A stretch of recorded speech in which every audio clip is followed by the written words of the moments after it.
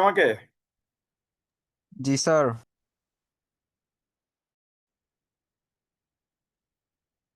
কি এই সপ্তাহে ক্লাস শেষ না?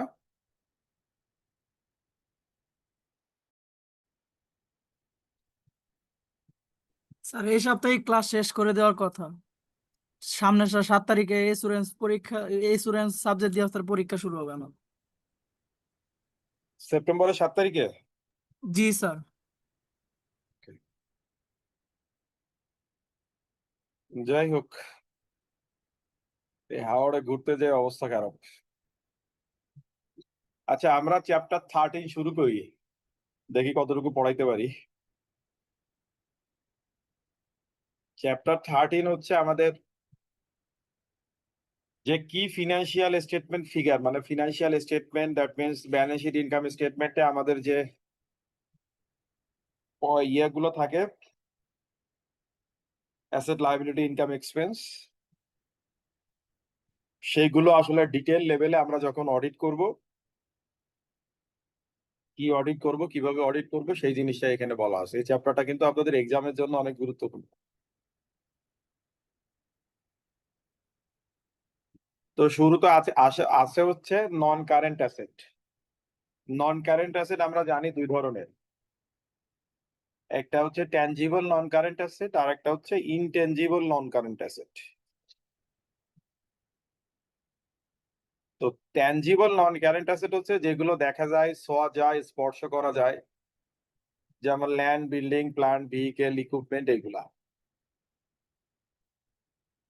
তো এইগুলো অডিট করতে গেলে প্রথমে আমাদেরকে বলা হচ্ছে যে এখানে আমাদের মেজর রিস্ক গুলা কি, সেই জিনিসগুলো আগে বলা হচ্ছে, তারপর আমরা কিভাবে অডিটটা করব।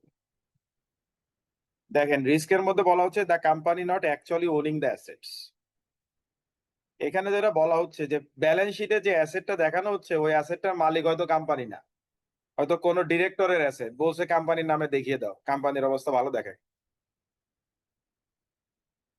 The asset not actually existing or having been sold by the company. অথবা এমন অ্যাসেট দেখানো হচ্ছে যে অ্যাসেট কোম্পানিতে যার ফিজিক্যাল এক্সিস্টেন্স নাই, অথবা কোম্পানি এটাকে সোল্ড আউট করে ফেলছে, বিক্রি করে ফেলছে। Omission of assets own by the company. অথবা এমন হতে পারে অ্যাসেট আছে কিন্তু কোম্পানি ফিনান্সিয়াল স্টেটমেন্টে দেখাই নাই, অমিট করছে। Assets being overvalued either by inflating cost or valuation or by undercharging depreciation. অথবা বলতেছে কি অ্যাসেটের যে ভ্যালু হওয়ার কথা তার চেয়ে আরো অনেক ওভার ভ্যালু, মানে বেশি ভ্যালুতে দেখিয়েছে। কিভাবে? যে দামে কিনছে তার চেয়ে বেশি দাম দেখিয়ে, অথবা ভ্যালুয়েশন করে বেশি ভ্যালুয়েশন দেখিয়ে, অথবা আন্ডার চার্জ ইন ডেপ্রিসিয়েশন। যেমন হয়তো অ্যাসেটটার ইউজফুল লাইফ 5 বছর, স্ট্রেট লাইন মেথডে যদি 5 বছর হয়, তার ডেপ্রিসিয়েশনের রেট হবে 20%, 5 কোটি 100। এখন জোর করে ওর ইউজফুল লাইফ বানিয়ে দিল 10 বছর, তাহলে কি হবে? 10 বছর হলে ওর ডেপ্রিসিয়েশন রেট হবে 10%। তাহলে 5%, 20% থেকে 10%-এ কমে আসলো। তাহলে ডেপ্রিসিয়েশন যদি কম চার্জ করে, তাহলে অ্যাসেটের ভ্যালু বেশি থাকবে। অথবা বলতেছে উল্টা হতে পারে, আগে বললাম ওভার ভ্যালুড, এখন বলতেছে assets being under valued by not including an appropriate revaluation in a policy of revaluation or by overcharging depreciation। অথবা কি করলো, আন্ডার ভ্যালুতে দেখালো, যে ঠিক মতো যে রিভ্যালুয়েশন করার কথা IAS 16 অনুযায়ী সেটা করলো না। অথবা অ্যাসেটের ইউজফুল লাইফ হওয়ার কথা 10 বছর, কিন্তু দেখালো 5 বছর। তাহলে 10 বছর দেখালে ডেপ্রিসিয়েশন রেট হতো স্টেট লাইন মেথডে 10%, এখন হয়ে গেছে 20%। আবার বলতেছে assets being incorrectly presented in the financial statements. অথবা ফিনান্সিয়াল স্টেটমেন্টে ভুল ভাবে প্রেজেন্ট করতে পারে। ট্যানজিবল নন কারেন্ট অ্যাসেটকে ইনট্যানজিবল নন কারেন্ট অ্যাসেটের মধ্যে নিয়ে যেতে পারে, কারেন্ট অ্যাসেটের মধ্যে নিয়ে যেতে পারে, সেই জিনিসগুলোর কথা বলা হচ্ছে। তো এগুলো হচ্ছে আমাদের পসিবল রিস্ক অডিট করতে যেয়ে। তো এই রিস্ক গুলো মিটিগেট করতে গেলে আমাদেরকে কি করতে হবে? বিভিন্ন সোর্স ডকুমেন্ট এক্সামিন করতে হবে, ডিটেল লেভেলে দেখতে হবে। প্রথমে বলা হচ্ছে আমরা কি জিনিস দেখবো? নন current asset register. Fixed asset register এমন একটা জিনিস, সেটা যদি একটা কোম্পানি কম্প্রিহেন্সিভলি রেকর্ড করে অ্যাসেটের ইনফরমেশন, তাহলে একদম অ্যাসেটের সব ধরনের ইনফরমেশন এর মধ্যে থাকার কথা। অ্যাসেটটা কোন ডেটে পারচেস করা হয়েছে, কার কাছ থেকে পারচেস করা হয়েছে, পারচেস ভ্যালু কি ছিল, এটার লোকেশনটা কোথায়, এই অ্যাসেটের উপরে যে আইডেন্টিফিকেশন মার্ক আছে সেই আইডেন্টিফিকেশন মার্কটা কি, তারপরে এর ডেপ্রিসিয়েশন রেট কত, এ পর্যন্ত কত টাকা অ্যাকুমুলেটেড ডেপ্রিসিয়েশনে গিয়েছে ডেপ্রিসিয়েশন চার্জ করে, এর রিটেন ডাউন ভ্যালু কত, যদি অ্যাসেটটা ইতোমধ্যে বিক্রি করে দেওয়া হয় তাহলে কবে এটাকে ডিসপোজ করা হয়েছে, এই জাতীয় সব তথ্য সেখানে থাকবে। আমাদের উচিত হচ্ছে প্রথমে নন কারেন্ট অ্যাসেট রেজিস্টার নিয়ে এই তথ্যগুলো দেখা। তারপরে বিশেষ করে আমরা যেটা দেখি, আমরা যে বছরে অডিট করতে যাই ওই বছরে যত ফিক্সড অ্যাসেটের এডিশন হয়েছে, নতুন অ্যাসেট কিনেছে, সেগুলো আমরা ডিটেল লেভেলে তার পারচেজ ইনভয়েস সমস্ত ডকুমেন্ট আমরা দেখি। তারপরে যদি আমাদের অডিট পিরিয়ডে কোনো অ্যাসেট ডিসপোজ করে তাহলে তার সেলস ইনভয়েস দেখি। তারপরে অ্যাসেটের রেজিস্ট্রেশন ডকুমেন্ট যেমন টাইটেল ডিড দেখি, কিসের ক্ষেত্রে? ল্যান্ডের ক্ষেত্রে। তারপরে কোম্পানির এমপ্লয়িরা অথবা থার্ড পার্টি দিয়ে যদি ভ্যালুয়েশন করিয়ে থাকে তো ভ্যালুয়েশন রিপোর্ট দেখব।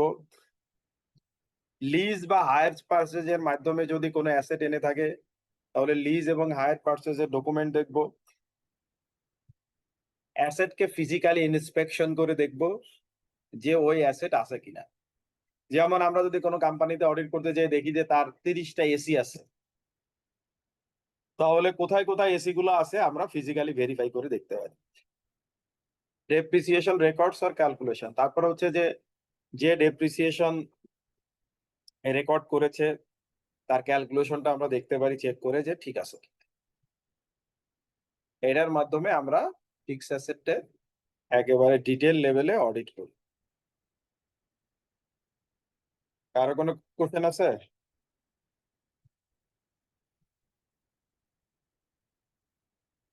অনলাইন ক্লাস তো একটু রেসপন্স না করলে তো আমার জন্য সামনে আগানো কঠিন। বুঝতে পারছি আমরা? জি স্যার। Okay. এরপরে হচ্ছে ইনট্যানজিবল নন কারেন্ট অ্যাসেট।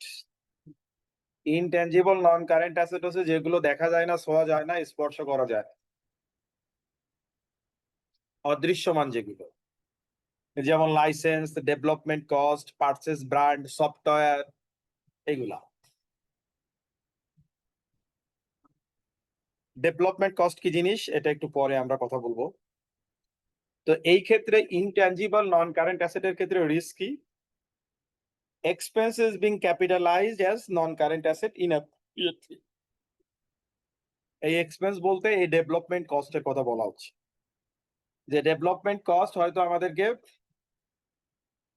কি করা উচিত ছিল, ক্যাপিটালাইজ না করে ইনকাম স্টেটমেন্টে এক্সপেন্স হিসেবে দেখানো উচিত ছিল, তা না করে কোম্পানি ক্যাপিটালাইজ করেছে। এটা নিয়ে একটু পরে আমরা কথা বলবো। তারপরে বলতেছে যে অ্যাসেটকে রং ভ্যালু অথবা দেখিয়েছে, রং কস্ট অথবা ভ্যালুয়েশন দেখিয়েছে কি due to inflating the cost or valuation. কস্টকে সে ইনফ্লেট করতে পারে অথবা রং ভ্যালুয়েশন করতে পারে।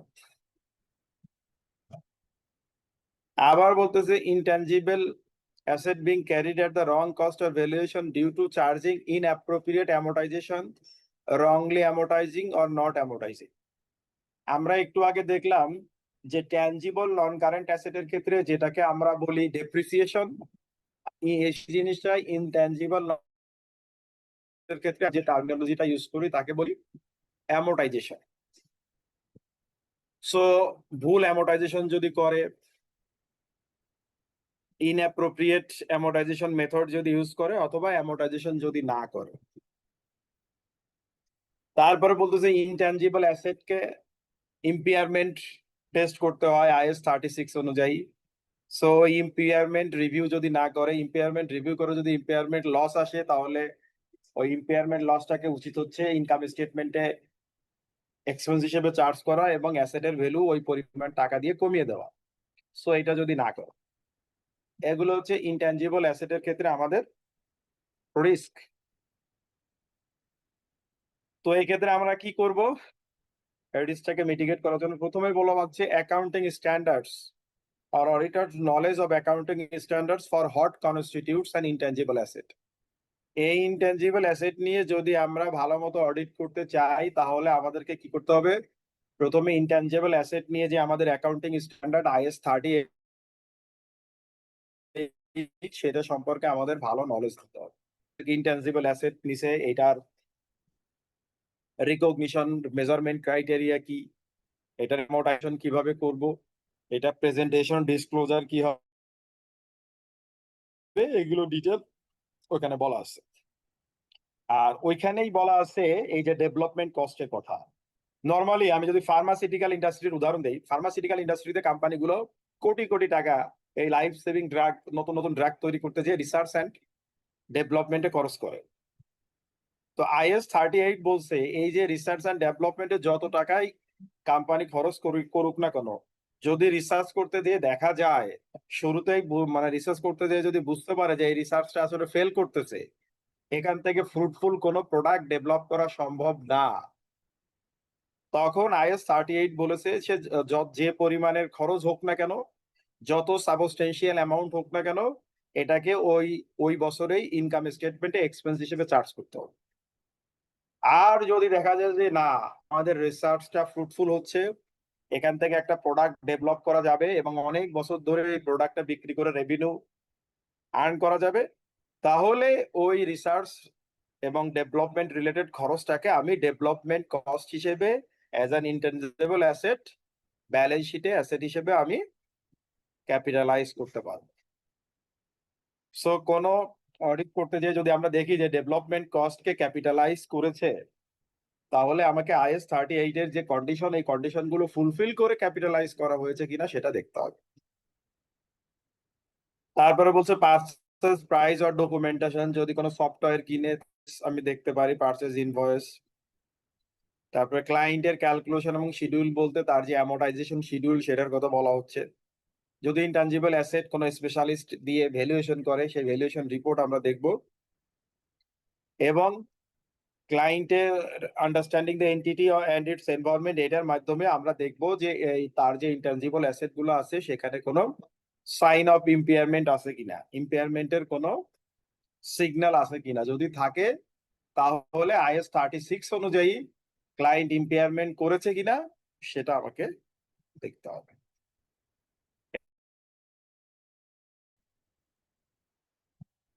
কোনো কোশ্চেন আছে? স্যার আর এখানে যে ব্র্যাকেটে কাট অফ রাইট অব্লিগেশনস আর হচ্ছে যে ভ্যালুয়েশনস আছে, এগুলা দ্বারা কি বোঝায়? কি বললেন? মানে প্রত্যেকটা ইয়ার মধ্যে স্যার যে ভ্যালুয়েশন অ্যাসারশন, তারপর হচ্ছে ভ্যালুয়েশন এগুলা যে আছে, এক্সিস্টিং অ্যাসারশন, এগুলা দ্বারা কি বোঝায় স্যার?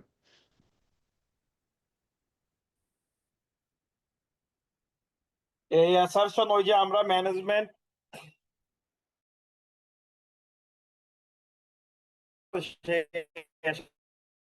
গুলোর কথা বলা হচ্ছে। যেমন যে এক্সিস্টেন্স অ্যাসারশন দিয়ে বোঝানো হচ্ছে যে আসলে ওই অ্যাসেটটা এক্সিস্ট করে কিনা। ভ্যালুয়েশন অ্যাসারশন দিয়ে বোঝানো হচ্ছে যে ভ্যালুয়েশনটা ঠিক মতো করা হয়েছে কিনা। ঠিক আছে? স্যার আমরা যে ফোর্থ চ্যাপ্টারে তারপরে পড়ছিলাম আরো ওটার আগে যদি মতোই স্যার? দেখি, হ্যাঁ হ্যাঁ হ্যাঁ, আমরা ওই যে চ্যাপ্টার 4-এ যেটা পড়েছি না, হ্যাঁ হ্যাঁ হ্যাঁ, জি স্যার। সেই জিনিসগুলাই। স্যার দুই রকম অ্যাসারশন যে আছে, একটা হচ্ছে ফাইনান্সিয়াল স্টেটমেন্টস এর অ্যাসারশন আর লেভেল, আর হচ্ছে অ্যাসারশন লেভেল, হ্যাঁ ওইটার হ্যাঁ হ্যাঁ হ্যাঁ, ক্লাসেস অফ বুঝতে পারছি transaction sir. And events and disclosure, জি সেই স্যার। ওই অ্যাসারশন গুলোই বলা হচ্ছে। কমপ্লিটনেস অ্যাসারশন মানে কি? কমপ্লিটলি ওই অ্যাসেটটা রেকর্ড করা হয়েছে কিনা, কোনো অ্যাসেট রেকর্ডিং এ ফিনান্সিয়াল স্টেটমেন্টে ডিসক্লোজ করতে বা প্রেজেন্ট করতে বাদ পড়লো কিনা সেটা। এরপর হচ্ছে ইনভেন্টরি। ইনভেন্টরির ক্ষেত্রে মেজর রিস্ক গুলা কি? দেখা গেল এমন ইনভেন্টরি নাই, কোম্পানিতে ইনভেন্টরি, ফিনান্সিয়াল স্টেটমেন্টে ইনভেন্টরি দেখানো হচ্ছে। আবার বলতেছে উল্টাটা হতে পারে, not all inventories that exist being included in the financial statement, যেটা বলতেছে কমপ্লিটনেস, মানে সব ইনভেন্টরি দেখানো হয় নাই, তার মানে কমপ্লিটনেস অ্যাসারশনটাকে কমপ্লাই করা হয়, এমনও হতে পারে। আবার বলতেছে ইনভেন্টরিকে দেখানো হতে পারে কি at full value when it obsoletes or damaged. একটা ইনভেন্টরি যখন অবসলিউট বা ড্যামেজ হয়ে যায় তখন যেটা হয় যে এর ভ্যালুটা মার্কেটে বেচতে গেলে আমরা আমাদেরকে অনেক কম দামে বেচতে হতে পারে। আপনারা IS-2 যদি পড়ে থাকেন, IS-2 ইনভেন্টরি বলেছে যে ইনভেন্টরিকে ফিনান্সিয়াল স্টেটমেন্টে দেখাতে হবে at cost or net realisable value which ever is lower. সেখানে ফুল ভ্যালু বলতে যেটা বোঝানো হচ্ছে যে ফুল ভ্যালু মানে ফুল কস্টের কথা বলা হচ্ছে। দেখা গেল যে এটা যে তৈরি করতে যে খরচ হয়েছে, এখন যেহেতু অ্যাসেটটা অবসলিউট বা ড্যামেজ হয়ে গেছে, দেখা গেল কস্ট প্রাইসও উঠবে না। তো দুইটার মধ্যে যেহেতু কম, যদি এমন হয় যে কস্ট প্রাইস 100 টাকা কিন্তু নেট রিয়েলাইজেবল ভ্যালু হচ্ছে 90 টাকা, তাহলে যদি সে 100 টাকা ফুল ভ্যালুতে দেখায়, এটা আসলে ভুল হচ্ছে। কি করা উচিত? 90 টাকায় দেখিয়ে, অথবা 100 টাকায় যদি সে দেখাতে চায় তাকে কি করতে হবে? 10 টাকা অবসোলিউশনস প্রভিশন হিসেবে দেখাতে হবে ইনকাম স্টেটমেন্ট। সেই জিনিসটার কথা এখানে বলা হচ্ছে। আবার বলতেছে যে এটাকে রং ভ্যালুতে দেখাতে পারে কস্টের মিস ক্যালকুলেশন করে। আবার যেটা বললাম, the fact that cost has not been used although net realisable value is lower than cost, কারণ দুইটার মধ্যে যেটা কম সেটা ইউজ করা উচিত। আবার কিছু ইনভেন্টরি আছে বলতেছে that actually belongs to third parties. Third পার্টির ইনভেন্টরি কোম্পানির কাছে আছে, হয়তো সে এই কোম্পানির ওয়্যার হাউস ইউজ করে অথবা বিক্রি করছে, এখনো ডেলিভারি দেয় নাই, তো সেগুলা এই কোম্পানির ইনভেন্টরিতে দেখানো যাবে না। তারপরে বলতেছে যে ইনভেন্টরি সেল করছে কিন্তু এখনো ডেলিভারি দেয় নাই, সেটাও তার কি করা যাবে না, ইনভেন্টরির মধ্যে দেখানো যাবে না। আর এখানে থার্ড পার্টি বলতে কি, যে সাবসিডিয়ারি আর প্যারেন্টস এর ওটার কথা কি না, বলা হয়েছে? সাবসিডিয়ারি ব্যারেন্ট এমন কোনো কথা নেই। থার্ড পার্টি বলতে যে কেউ হইতে পারে, অন্য কোনো কোম্পানি বা কাস্টমার হতে পারে। থার্ড পার্টি বলতে যে তার সাবসিডিয়ারি হইতে হবে এমন কোনো কথা নাই। সো ইনভেন্টরির ক্ষেত্রে কোম্পানির ইনভেন্টরির কাউন্টিং এর উপরে কন্ট্রোল কেমন, যেমন অন্তত বছরে একবার হলেও ইনভেন্টরির ফিজিক্যাল কাউন্টিং করা উচিত, এবং ইয়ার এন্ডিং এ যে অডিটরকে কি করতে হয়, ওই কাউন্টিং এ অ্যাটেন্ড করতে হয়, কাউন্টিং এ উপস্থিত থাকতে হয়, অবজার্ভ করতে হয়। যে আমরা অবজারভেশন প্রসিডিউর পড়ছি না, যে কেউ একজন কাউন্ট করলো, আমি সাইডে দাঁড়িয়ে দেখলাম, ওইটা হচ্ছে ওইখানে আমরা কিন্তু ইনভেন্টরির উদাহরণ দিয়েছিলাম যে ক্লায়েন্টের লোকজন ইনভেন্টরি কাউন্ট করলো, আমরা সাইডে দাঁড়িয়ে অবজার্ভ করলাম। তারপরে থার্ড পার্টির কাছে আমরা কনফার্মেশন পাঠাতে পারি, যাদের কাছে কোম্পানির ইনভেন্টরি আছে। পারচেজ ইনভয়েস দেখতে পারি যে ইনভেন্টরি কিনছে আসলে কোন দামে। যদি ওয়ার্কিং বছর শেষে কোনো ইনভেন্টরি ওয়ার্কিং প্রোগ্রেসে থাকে, মানে র মেটেরিয়ালও নাই আবার ফিনিশ গুডসও হয় নাই, সো সেটা আমরা দেখবো। Post year end sale price দেখবো, post year end sales price list দেখবো, সেলস অর্ডার দেখবো। এই যে যে লাস্টের তিনটা জিনিস, সেলস ইনভয়েস, সেলস প্রাইস এবং সেলস অর্ডার, এই তিনটা দেখার মূল কারণ হচ্ছে ওই যে IS-2 বলেছে কস্ট এবং নেট রিয়েলাইজেবল ভ্যালু এর মধ্যে যেটা কম সেটাতে রেকর্ড করতে হবে। নর্মালি কোম্পানি কি করে, কস্টে রেকর্ড করে, কারণ নেট রিয়েলাইজেবল ভ্যালু কস্টের চেয়ে অনেক বেশি হওয়ার কথা, কম হলে তো কোম্পানি চলারই কথা না। কারণ ম্যাটেরিয়ালের কস্ট বা ম্যানুফ্যাকচারিং কাজ তো উঠাইতেই হয়, তারপরে সেলিং, ডিস্ট্রিবিউশন, অ্যাডমিনিস্ট্রেটিভ কস্ট তুলতে হয়, তারপরে ব্যাংক থেকে লোন নিলে লোনের ইন্টারেস্ট তুলতে হয়, তারপরে মালিকের প্রফিট দিতে হয়। সো এইভাবে প্রাইস সেট করা হয়। সো খুব অ্যাবনর্মাল রিজন ছাড়া NRV কখনোই কস্টের চেয়ে কম হতে পারে না। কিন্তু অডিটর হিসেবে আমার তো সাপোর্টিং লাগবে। কেউ যদি বলে যে কোম্পানি তো কস্টে দেখিয়েছে, আপনার IS-2 তো বলেছে যে কস্ট এবং এনআরবি দুটার মধ্যে যেটা কম সেখানে দেখাতে হবে। তা আপনার ওয়ার্কিং পেপার ফাইলে কি প্রমাণ আছে যে এনআরবি কস্টের চেয়ে বেশি? আমাকে প্রমাণ দেন। কেউ হয়তো আপনাকে চার্জ করলো, তখন প্রমাণ এসছে এইগুলা। আমরা পোস্ট ইয়ারিং 31 ডিসেম্বরে যে ইনভেন্টরিটা আছে, যেটা ফিনান্সিয়াল স্টেটমেন্টে দেখানো হচ্ছে, ওইটা জানুয়ারিতে যখন বিক্রি করেছে, ওই সেলস ইনভয়েস, প্রাইস লিড এবং সেলস অর্ডার বলতে বোঝানো হচ্ছে যে ওই ওই ইনভেন্টরির ডিমান্ড আছে কিনা কাস্টমারদের কাছে বা মার্কেটে। তো এইগুলো দেখে আবার দেখিয়ে আমাকে প্রমাণ করতে হবে যে দেখেন ইনভেন্টরিটা রেগুলার ইনভেন্টরি এবং নিয়মিত বিক্রি হচ্ছে এবং এর প্রাইস কস্টের চাই বেশি, এই জন্য কোম্পানি কস্টে দেখিয়েছে। এগুলো হচ্ছে আমার সাপোর্টিং এভিডেন্স। এরপর হচ্ছে ইনভেন্টরি কাউন্টিং কিভাবে করে তার এখানে টেবিলে একটা ডিটেল বলা আছে। প্রথমে বলা হচ্ছে অর্গানাইজেশন অফ কাউন্ট, যে কেউ একজন সুপারভাইজ করবে, সিনিয়র একজন লোক, জুনিয়র লেভেলের ওরা এটা কাউন্টিংটা করবে। তারপরে বলতেছে কাউন্টিং যখন হবে ওই কাউন্টিং এরিয়াতে রেস্ট্রিকশন দিয়ে দিতে হবে, ওইখানে কাউন্ট চলাকালে আর কেউ আসতে পারবে না। যেমন মনে করেন একটা ম্যানুফ্যাকচারিং কোম্পানিতে আপনি ওয়্যার হাউসে কাউন্টিং করবেন, কিন্তু তখনও তো তার প্রোডাকশন চলবে। এখন কাউন্টিং করতে যেতে প্রোডাকশন বন্ধ রাখা যাবে না, তখন যেটা করা হয়, মনে করেন কাউন্টিং করতে 1 সপ্তাহ লাগবে, তাহলে 1 সপ্তাহে কোম্পানির কি প্রোডাকশন প্ল্যান আছে, সেই প্রোডাকশন প্ল্যান অনুযায়ী যে পরিমাণ র মেটেরিয়াল বা বিভিন্ন ধরনের ম্যাটেরিয়াল দরকার, পারলে আরো কিছু বেশি দিয়ে ইস্যু করে দিয়ে দিতে হবে প্রোডাকশন প্লেসে, যে আপনারা আগামী 7 দিন আর ওয়্যার হাউসের দিকে আসবেন না। এরকম করে কাউন্টিং করা হয়। এবং কাউন্টিং এর সময় দেখা হয় কোনো ড্যামেজ, অবসলিউট, স্লো মুভিং বা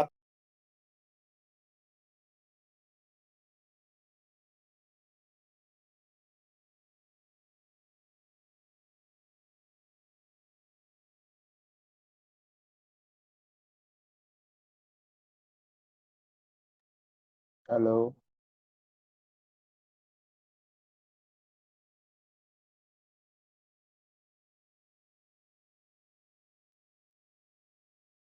সরি, আমার নেটের কানেকশনটা চলে গেছিল।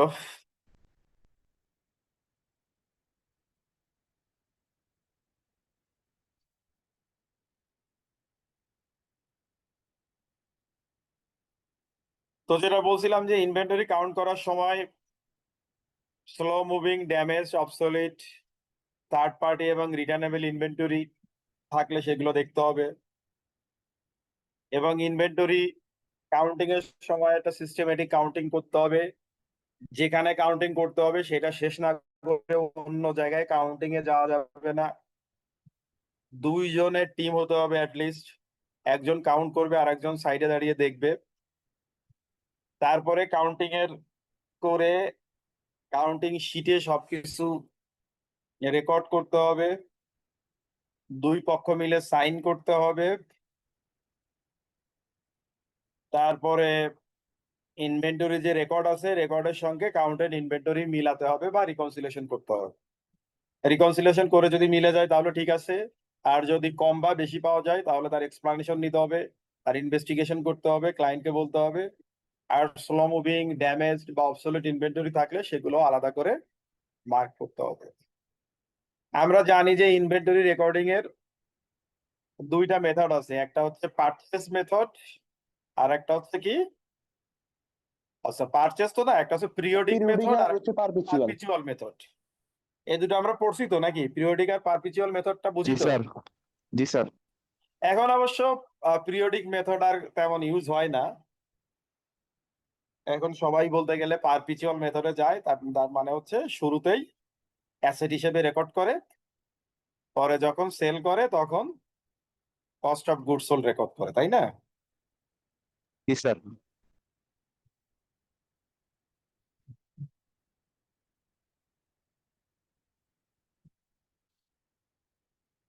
কস্ট ভার্সেস এনআরভি, যেটা একটু আগেই বলছিলাম যে ইনভেন্টরিটা আইএস 2 অনুযায়ী কস্ট অথবা নেট রিয়েলাইজেবল ভ্যালু, এটার মধ্যে যেটা লোয়ার সেখানে রেকর্ড করতে হবে। তবে যেটা বললাম নর্মালি কস্টেই রেকর্ড করা হয়, কারণ এনআরভি খুব রেয়ার কেস ছাড়া কস্টের চেয়ে কম হতে পারে না, কারণ এনআরভি কস্টের চেয়ে কম হলে ওই কোম্পানি দেউলিয়া হয়ে যাওয়ার কথা।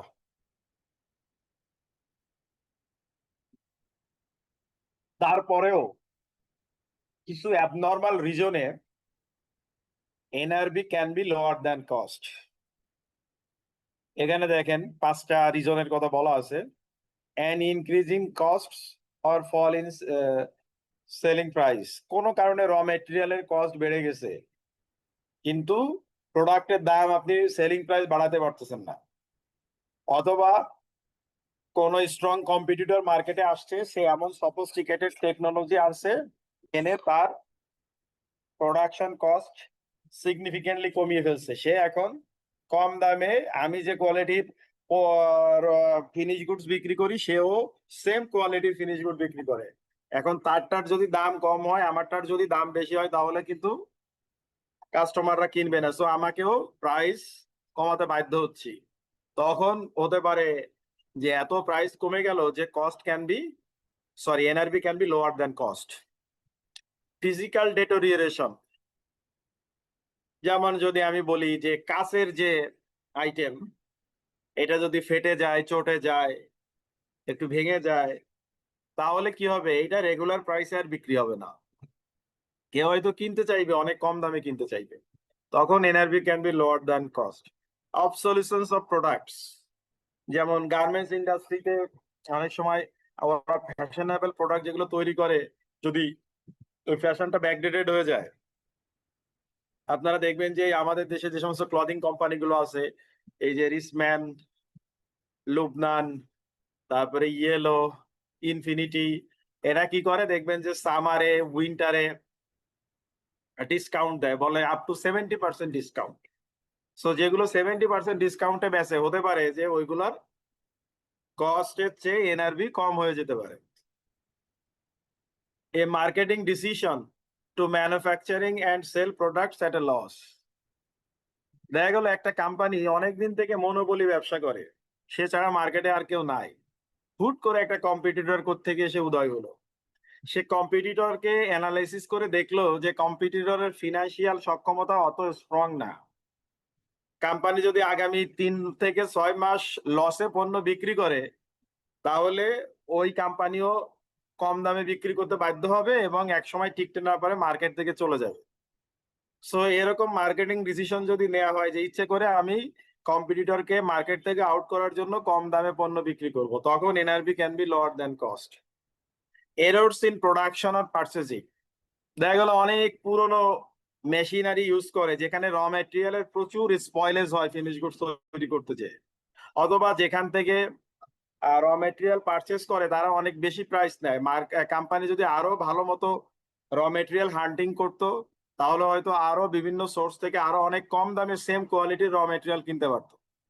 সেইটা যদি না করে, সো তার প্রোডাকশন প্রসেসে যদি এরর থাকে, অথবা যদি তার র ম্যাটেরিয়ালের পারচেজিং প্রাইস অনেক বেশি হয়, তাহলে NRB can be lower than cost.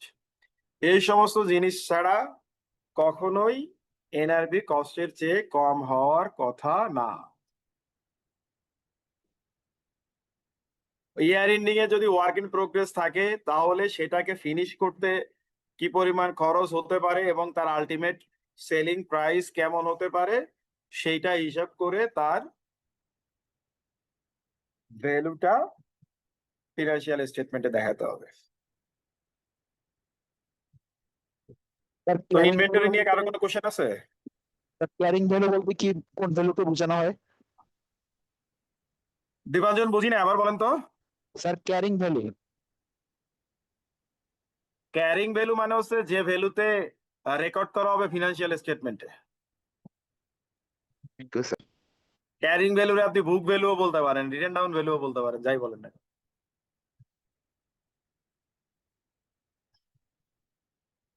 Receivable, রিসিভেবলকে আমরা অ্যাকাউন্ট রিসিভেবল বলি, অনেক সময় সানডি ডেটর বলি, যেটাই বলেন না কেন। যে নরমালি কি হয়, এখনকার যুগে ক্যাশে সেল হয় খুব কম, 1, 2, 3 মাসের ক্রেডিটে আসলে কোম্পানিগুলো তার প্রোডাক্ট সেল করে। তো সেল করলে সে জার্নাল এন্ট্রি কি দেয়? Account receivable debit, sales revenue credit. সাথে আর একটা এন্ট্রি ওই যে যেহেতু আমরা পারপিচুয়াল মেথডে ইনভেন্টরি রেকর্ড করি, সো এই প্রোডাক্টটা তৈরি করতে যে খরচ হয়েছে সেইটা দেয়, সেই এন্ট্রিটা দেয়। Cost of goods sold. Cost of goods sold debit, আর যে ইনভেন্টরি গুলো ইউজ হয়েছে র মেটেরিয়াল সেইগুলো হচ্ছে ক্রেডিট।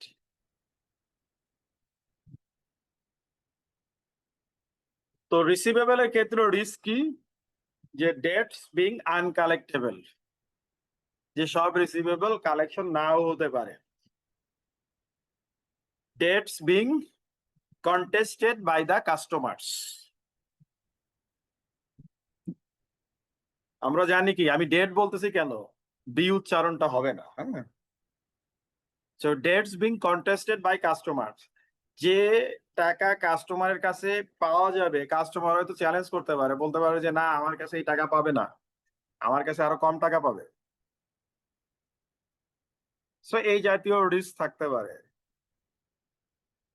তো অ্যাজ এন অডিটর আমি কি করব? পার্টি ওয়াইজ রিসিভেবল ব্যালেন্স নিব, যে যদি কোম্পানি রিসিভেবল থাকে 100 কোটি টাকা, তাহলে কতগুলো কাস্টমারের কাছ থেকে 100 কোটি টাকা পাওয়া যায়, এই কাস্টমারের ডিটেল ইনফরমেশন নিব লেজার থেকে এবং পার্টি ওয়াইজ ব্যালেন্স নিব। তারপরে আমি আরো দেখব কি, যে ইয়ার এন্ডিং এর পরে কার কাছ থেকে পেমেন্ট পাওয়া গেছে। এই তথ্যগুলো নিয়ে অ্যাজ অ্যান অডিটর আমার কাজ কি, আমি রিসিভেবলের কনফার্মেশন পাঠাবো কাস্টমারের কাছে, যে আপনার কাছে তো দেখাচ্ছে ইয়ার এন্ডিং এ 10 লক্ষ টাকা পায়, আপনি আসলে এইটা সত্য না মিথ্যা, আপনি এটা স্বীকার করেন কি আবার রিফিউজ করেন কিনা আপনি আমাদেরকে জানান। এই যে কনফার্মেশন পাঠানো হয়, এই কনফার্মেশনের দুইটা মেথড, একটা হচ্ছে পজিটিভ মেথড আর একটা হচ্ছে নেগেটিভ মেথড। পজিটিভ মেথড হচ্ছে অ্যাজ অ্যান অডিটর আমি যে কনফার্মেশন পাঠাবো, নর্মালি আমরা যেটা করি যে ক্লায়েন্টের কাছ থেকে কত টাকা পায় আমরা উল্লেখ করে দেই। যদি আমরা ব্ল্যাঙ্ক পাঠাই সেক্ষেত্রে রেসপন্স কম আসে, এই জন্য যেটা করা হয় আসলে ফিগার উল্লেখ করে দেওয়া হয়। ফিগার উল্লেখ করে দিয়ে বলা হয় যে আপনি এই ব্যালেন্সটা কনফার্ম করেন।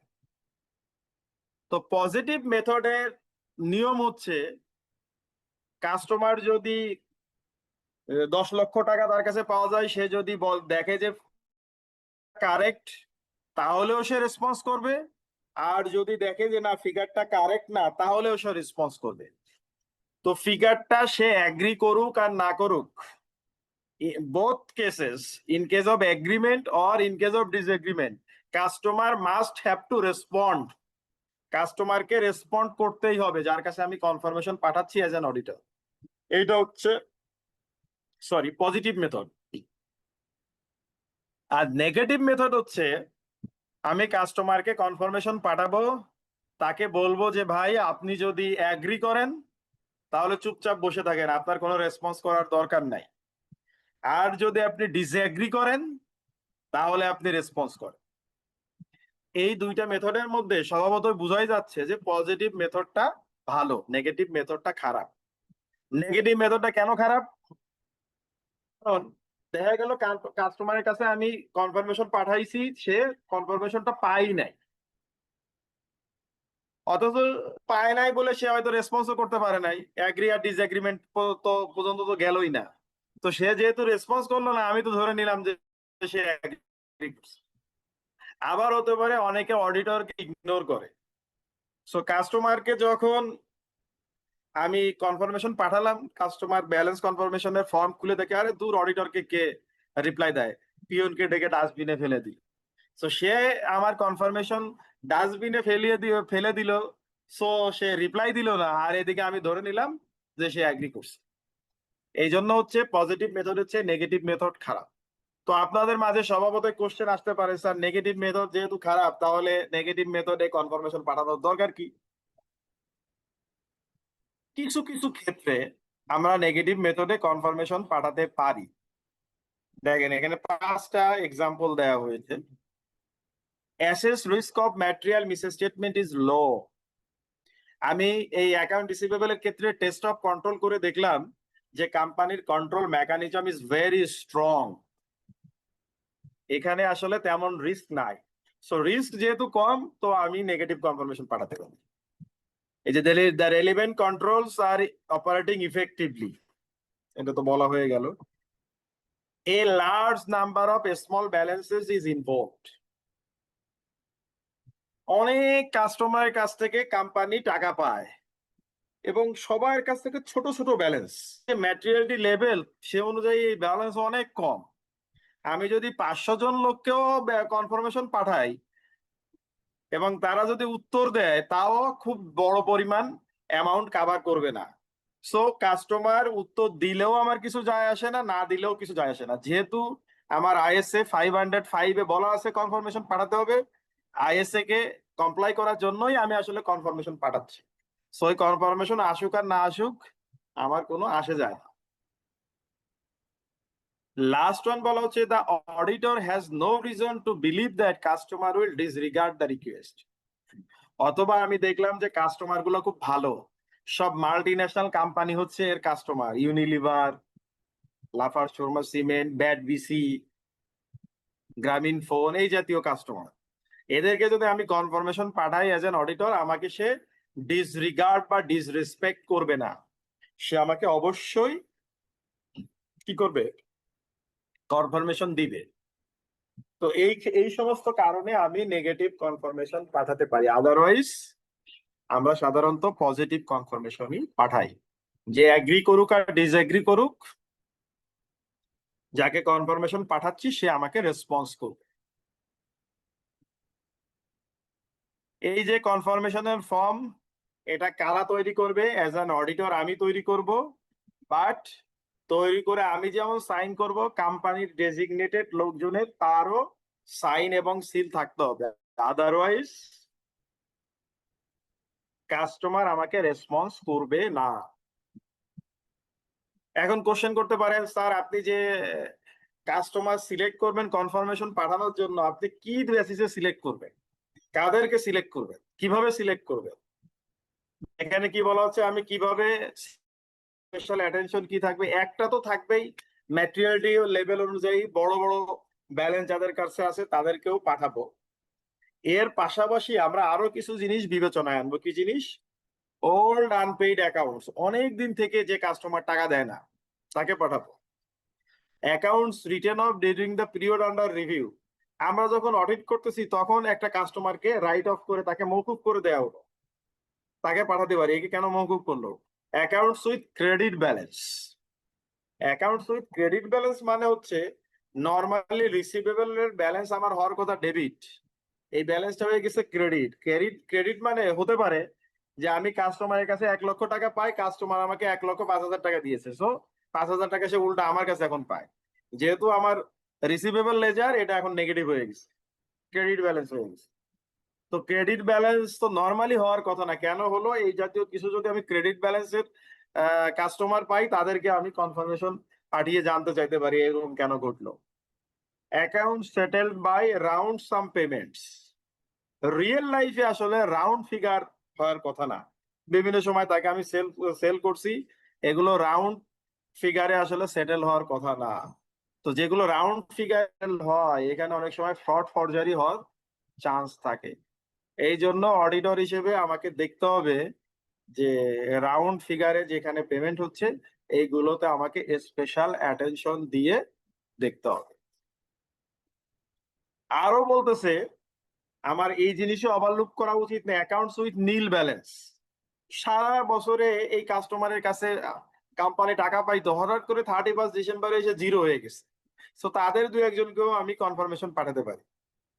তারপর বলতেছি accounts that have been paid by the date of examination, যখন আমি এই রিসিভেবল নিয়ে কাজ করছি আমি কনফার্মেশন পাঠাবো, এমন সময় কিছু অ্যাকাউন্টের পেমেন্ট চলে আসলো, সেটেল হয়ে গেল, এটাও সন্দেহজনক। দেখা গেলো আগে সেটেল করছিল, কেউ পকেটে রেখে এখন আমি কনফার্মেশন পাঠাতে যাচ্ছি এখন সেটেল করে দিল, এমনও হইলেও হইতে পারে। ওই জন্য আমার অডিট পিরিয়ডের মধ্যে যেগুলো সেটেলমেন্ট হবে সেগুলোকে থেকেও আমি কিছু কনফার্মেশন পাঠাতে পারি। এই সমস্ত জিনিস বিবেচনা করে আমরা কনফার্মেশন পাঠাবো।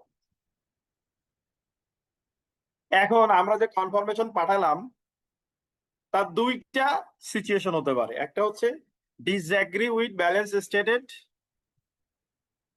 কাস্টমার ডিসএগ্রি করতে পারে যে না আমার কাছে এত টাকা পায় না, আরো কম পায়, ডু নট রেসপন্ড, অথবা রেসপন্সই করলো না। আর যেটা এগ্রি করলো সেটা নিয়ে তো আর আমরা কোনো কাজই করব না, যে ওটা তো ঠিক আছে। এখন এই যে ডিসএগ্রি করে, এই ডিসএগ্রি করারও কিন্তু অনেক রিজন আছে, রিজনস ফর ডিসএগ্রিমেন্ট। কি রিজন? প্রথমে বলতেছে dispute between client and the customer. Customer হয়তো যে স্পেসিফিকেশন অনুযায়ী যে কোয়ালিটি এনশিওর করে তাকে প্রোডাক্ট দিতে বলেছিল, কোম্পানি হয়তো সেই কোয়ালিটি বা সেই স্পেসিফিকেশন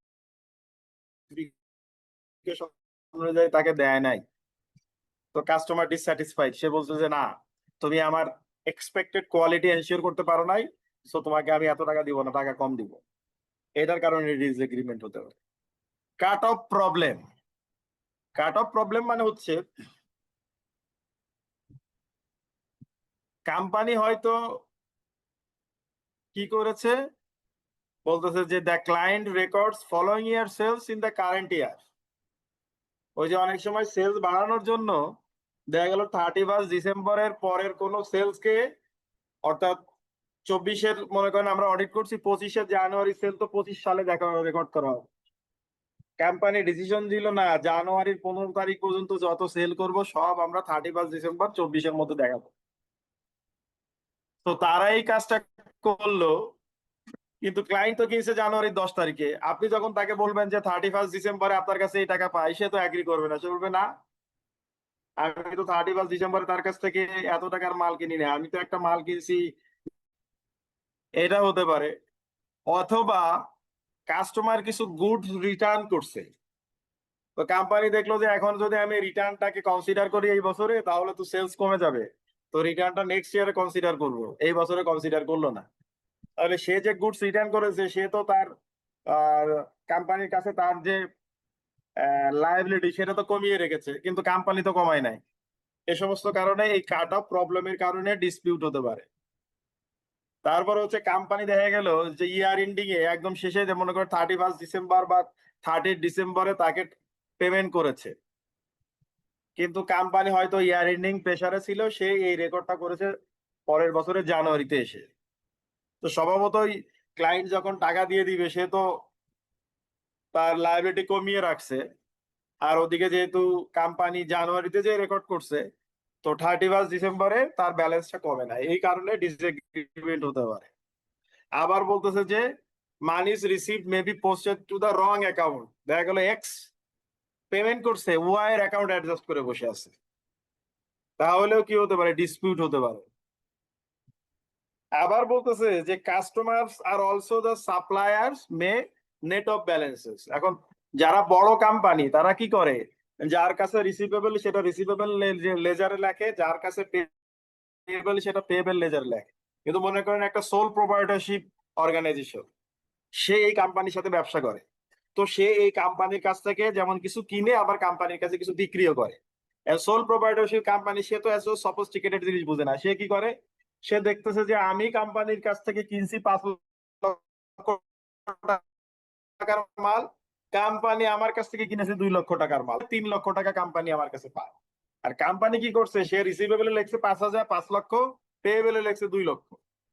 তো আপনি যখন 5 লক্ষর ব্যালেন্স কনফার্মেশন পাঠাবেন, তখন ওই সোল প্রোপাইটরশিপ অর্গানাইজেশন বলবে না না আমার কাছে তো 3 লক্ষ টাকা পায়।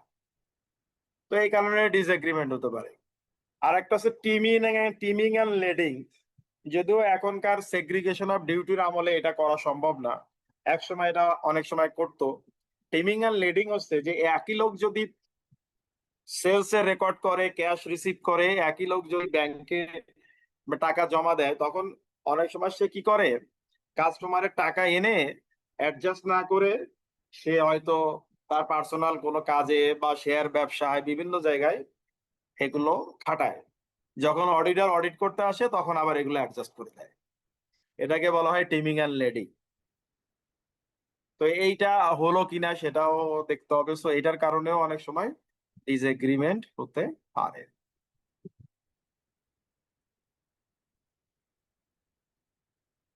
Alternative procedures to verify existent rights and obligation. এখন অনেকেই মনে করেন যে আমাদেরকে কি করলো না, কনফার্মেশন দিল না, তাহলে অ্যাজ অ্যান অডিটর আমার করণীয় কি?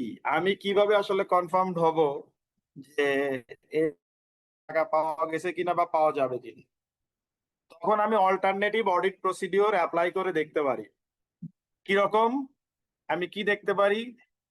Check receipt of cash after date. After মানে হচ্ছে যে 31 ডিসেম্বরের পরে আমার অডিট পিরিয়ডের মধ্যে আমি দেখার চেষ্টা করব যে ক্লায়েন্ট টাকা দিয়েছে কিনা। তো সে যদি টাকা দিয়ে দেয় তাহলে আমি কনফার্ম হয়ে যাব। তারপরে যে পারচেজ অর্ডারের এগেনস্টে হয়েছে সেটা কতখানি ভ্যালিড, সেখান থেকে আসলেই ইনভয়েস জেনারেটেড হয়েছে কিনা সেটা আমরা দেখব। তারপরে বলতেছে যে আমরা এক্সামিন করে দেখব এমন হয়েছে যে পরের ইনভয়েসের পেমেন্ট হয়েছে, আগের করে নাই, তাহলে কেন করে নাই সেটা আমরা এক্সামিন করে দেখতে পারি। তারপরে দেখতে পারি যে কাস্টমারের কাছে বিক্রি করেই যাচ্ছে, রিসিভেবল বেড়েই যাচ্ছে, কাস্টমার কোনো পেমেন্ট করছে না। আমরা ক্লায়েন্টকে কোশ্চেন করতে পারি যে ভাই ব্যাপার কি, সে তো আপনাকে পেমেন্ট করতেছে না, আপনি কেন বারবার তাকে পে করছেন? তারপরে কোম্পানির কন্ট্রোল মেকানিজম আমি দেখতে পারি যে তার যে ক্রেডিট নোট বা যে রাইট অফ এই জিনিসগুলো করে, সেই ক্ষেত্রে যে কোনো কন্ট্রোল মেকানিজমে কোনো প্রবলেম আছে কিনা। এই জেরিন, ভুল করে আপনার ভিডিও অন হয়ে গেছে।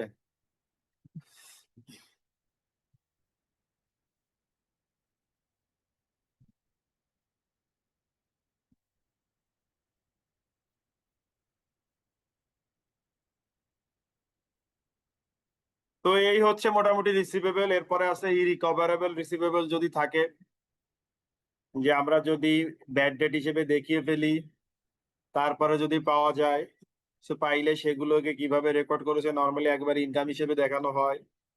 তারপরে এই অ্যাকাউন্ট রিসিভেবল ছাড়া আরো অনেক রিসিভেবল থাকতে পারে, সেইগুলো ঠিক মতো কোম্পানি পেয়েছে কিনা সেই জিনিসগুলো আমরা দেখব। তো রিসিভেবল নিয়ে কারো কোনো কোশ্চেন থাকলে বলেন।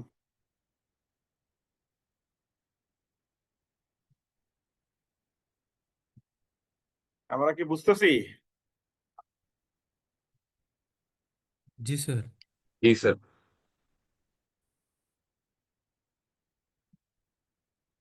এরপরে হচ্ছে ব্যাংক, কোম্পানির যে ব্যাংক ব্যালেন্স। সো ব্যাংকের ক্ষেত্রে অডিটরের রিস্ক কি হচ্ছে যে not all bank balances owned by the client being disclosed.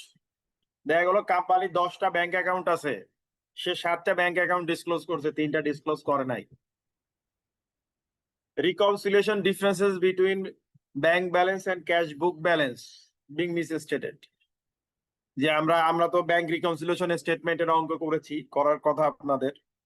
তো সেখানে আসলে রিকনসিলিয়েশন করতে হয়, উচিত হচ্ছে প্রত্যেকটা অ্যাকাউন্টেরই প্রত্যেক মাস শেষেই রিকনসিলিয়েশন করে যে অ্যাজ পার মানে লেজার বা ব্যাংকের বা কোম্পানির লেজারে যে ব্যালেন্সটা আছে আর ব্যাংকের স্টেটমেন্টে যে ব্যালেন্সটা আছে, এইটার রিকনসিলিয়েশন করে কি কি কারণে পার্থক্য হচ্ছে সেগুলো আইডেন্টিফাই করে ওইগুলোকে পরবর্তীতে অ্যাডজাস্টমেন্ট এন্ট্রি দিয়ে ঠিক করা। তো এই জিনিসটা অনেক সময় গোজামিল দিতে পারে ক্লায়েন্ট। তারপর বলতেছে material cash flows being omitted or misstated. অনেক ক্যাশ হয়তো আনরেকর্ডেড রাখতে পারে। তো আমরা কি কি সোর্স ডকুমেন্ট দেখবো এখানে? ক্যাশ বুক দেখবো, ব্যাংকে ব্যালেন্স কনফার্মেশন পাঠাবো, ব্যাংক স্টেটমেন্ট দেখবো, এবং যে ব্যাংক রিকনসিলিয়েশন করেছে ক্লায়েন্ট সেগুলো আমরা দেখবো। প্রথমে হচ্ছে ডিরেক্ট কনফার্মেশন উইথ ব্যাংক। আমরা ব্যাংকে ব্যালেন্স কনফার্মেশন পাঠাবো। এখন দেখেন, ব্যাংকে যদি আমরা ব্যালেন্স কনফার্মেশন পাঠাই, নর্মালি ক্লায়েন্টের কাছে ছাড়া ব্যাংক আর কারো কাছে তার ব্যাংক অ্যাকাউন্টের ব্যালেন্স জানাতে বাধ্য না বা জানাতে চায়ও না। লিগালি এটা তার নিষেধ আছে।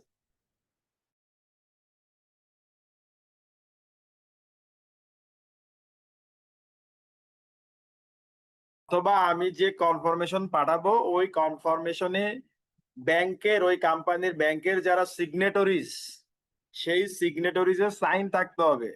তারা আমাকে অনুমতি দিবে, তারা ব্যাংকে আমাকে তো না ব্যাংকে অনুমতি দিবে যে এরা আমার অডিটর, আমাদের কনসেন্ট আছে, তোমরা এদেরকে আমাদের ব্যাংকে কত টাকা ছিল 31 ডিসেম্বর 2024 তোমরা জানিয়ে দাও। অ্যাজ অ্যান অডিটর আমরা যেটা করব, আমরা বলবো যে ব্যাংকের সঙ্গে আপনাদের এই কোম্পানির সঙ্গে আপনাদের যত ধরনের ট্রানজেকশন আছে বা যত ধরনের তার সঙ্গে আপনার রিলেশনশিপ আছে সব আমাদের কাছে ডিসক্লোজ করেন। হতে পারে তার সঙ্গে আপনার সেভিংস অ্যাকাউন্ট আছে, তার সঙ্গে আপনার কারেন্ট অ্যাকাউন্ট আছে, তার সঙ্গে আপনার এফডি আর ফিক্সড ডিপোজিট আছে, যা যা আছে সব আমরা জানতে চাই। তার সঙ্গে যদি লোন থাকে তো লোনের এখন আউটস্ট্যান্ডিং ব্যালেন্স কত আছে আমরা সব জানতে চাই। এভাবে আমরা ব্যালেন্স কনফার্মেশন পাঠাই এবং ক্লায়েন্টের আইদার ক্লায়েন্টের অথরাইজেশন লেটার নিয়ে অথবা আমাদের ব্যালেন্স কনফার্মেশন ফর্মে ক্লায়েন্টের যারা ব্যাংকের সিগনেটরিজ তাদের সিগনেচার থাকে, তাদের সিগনেচার নিয়ে আমরা পাঠাই, তারপরে ব্যাংক আমাদেরকে কনফার্ম করে। অনেক আগে একবার বলেছিলাম যখন মনে হয় চ্যাপ্টার 1 পড়ি, একটা জিনিস মাথায় রাখতে হবে, আমাদেরকে যতই অরিজিনাল ব্যাংক স্টেটমেন্ট ক্লায়েন্ট দেখাক না কেন আমরা অবশ্যই ব্যাংকে কি করব কনফার্মেশন পাঠাবো। কারণ কি আমরা ওই যে কনক্লুসিভ অডিট এভিডেন্স এর কথা বলেছিলাম, এটা one of the best conclusive audit evidence, যেটা অডিটর হিসেবে আমি কোনোভাবে হাত ছাড়া করতে পারি না। ওই জিনিসগুলোই এখানে বলা আছে। ক্লায়েন্টের কাছ থেকে এই যে রিটেন অথরিটি নিতে হবে অথবা তারা কাউন্টার সাইন করে দিবে, এই জিনিসগুলো আমি যেটা বলেছি সেই জিনিসগুলোই বলা আছে। সো এভাবে সে ক্লায়েন্টকে এই ব্যাংকে পারমিশন দিবে, দিলে ব্যাংক আমাদেরকে তথ্য জানাবে। এরপর হচ্ছে ব্যাংক রিকনসিলিয়েশন। অনেক সময় রিকনসিলিয়েশনের ক্ষেত্রে ম্যানিপুলেশন বা উইন্ডো ড্রেসিং এর চেষ্টা করে ক্লায়েন্ট। তো এই রিকনসিলিয়েশনটা আমরা ভালো মতো দেখবো যে ঠিক মতো রিকনসিলিয়েশন গুলো করেছে কিনা, জোর করে পেমেন্ট দেখিয়েছে কিনা বা জোর করে কোনো চেকের রিসিপ্ট দেখিয়েছে কিনা।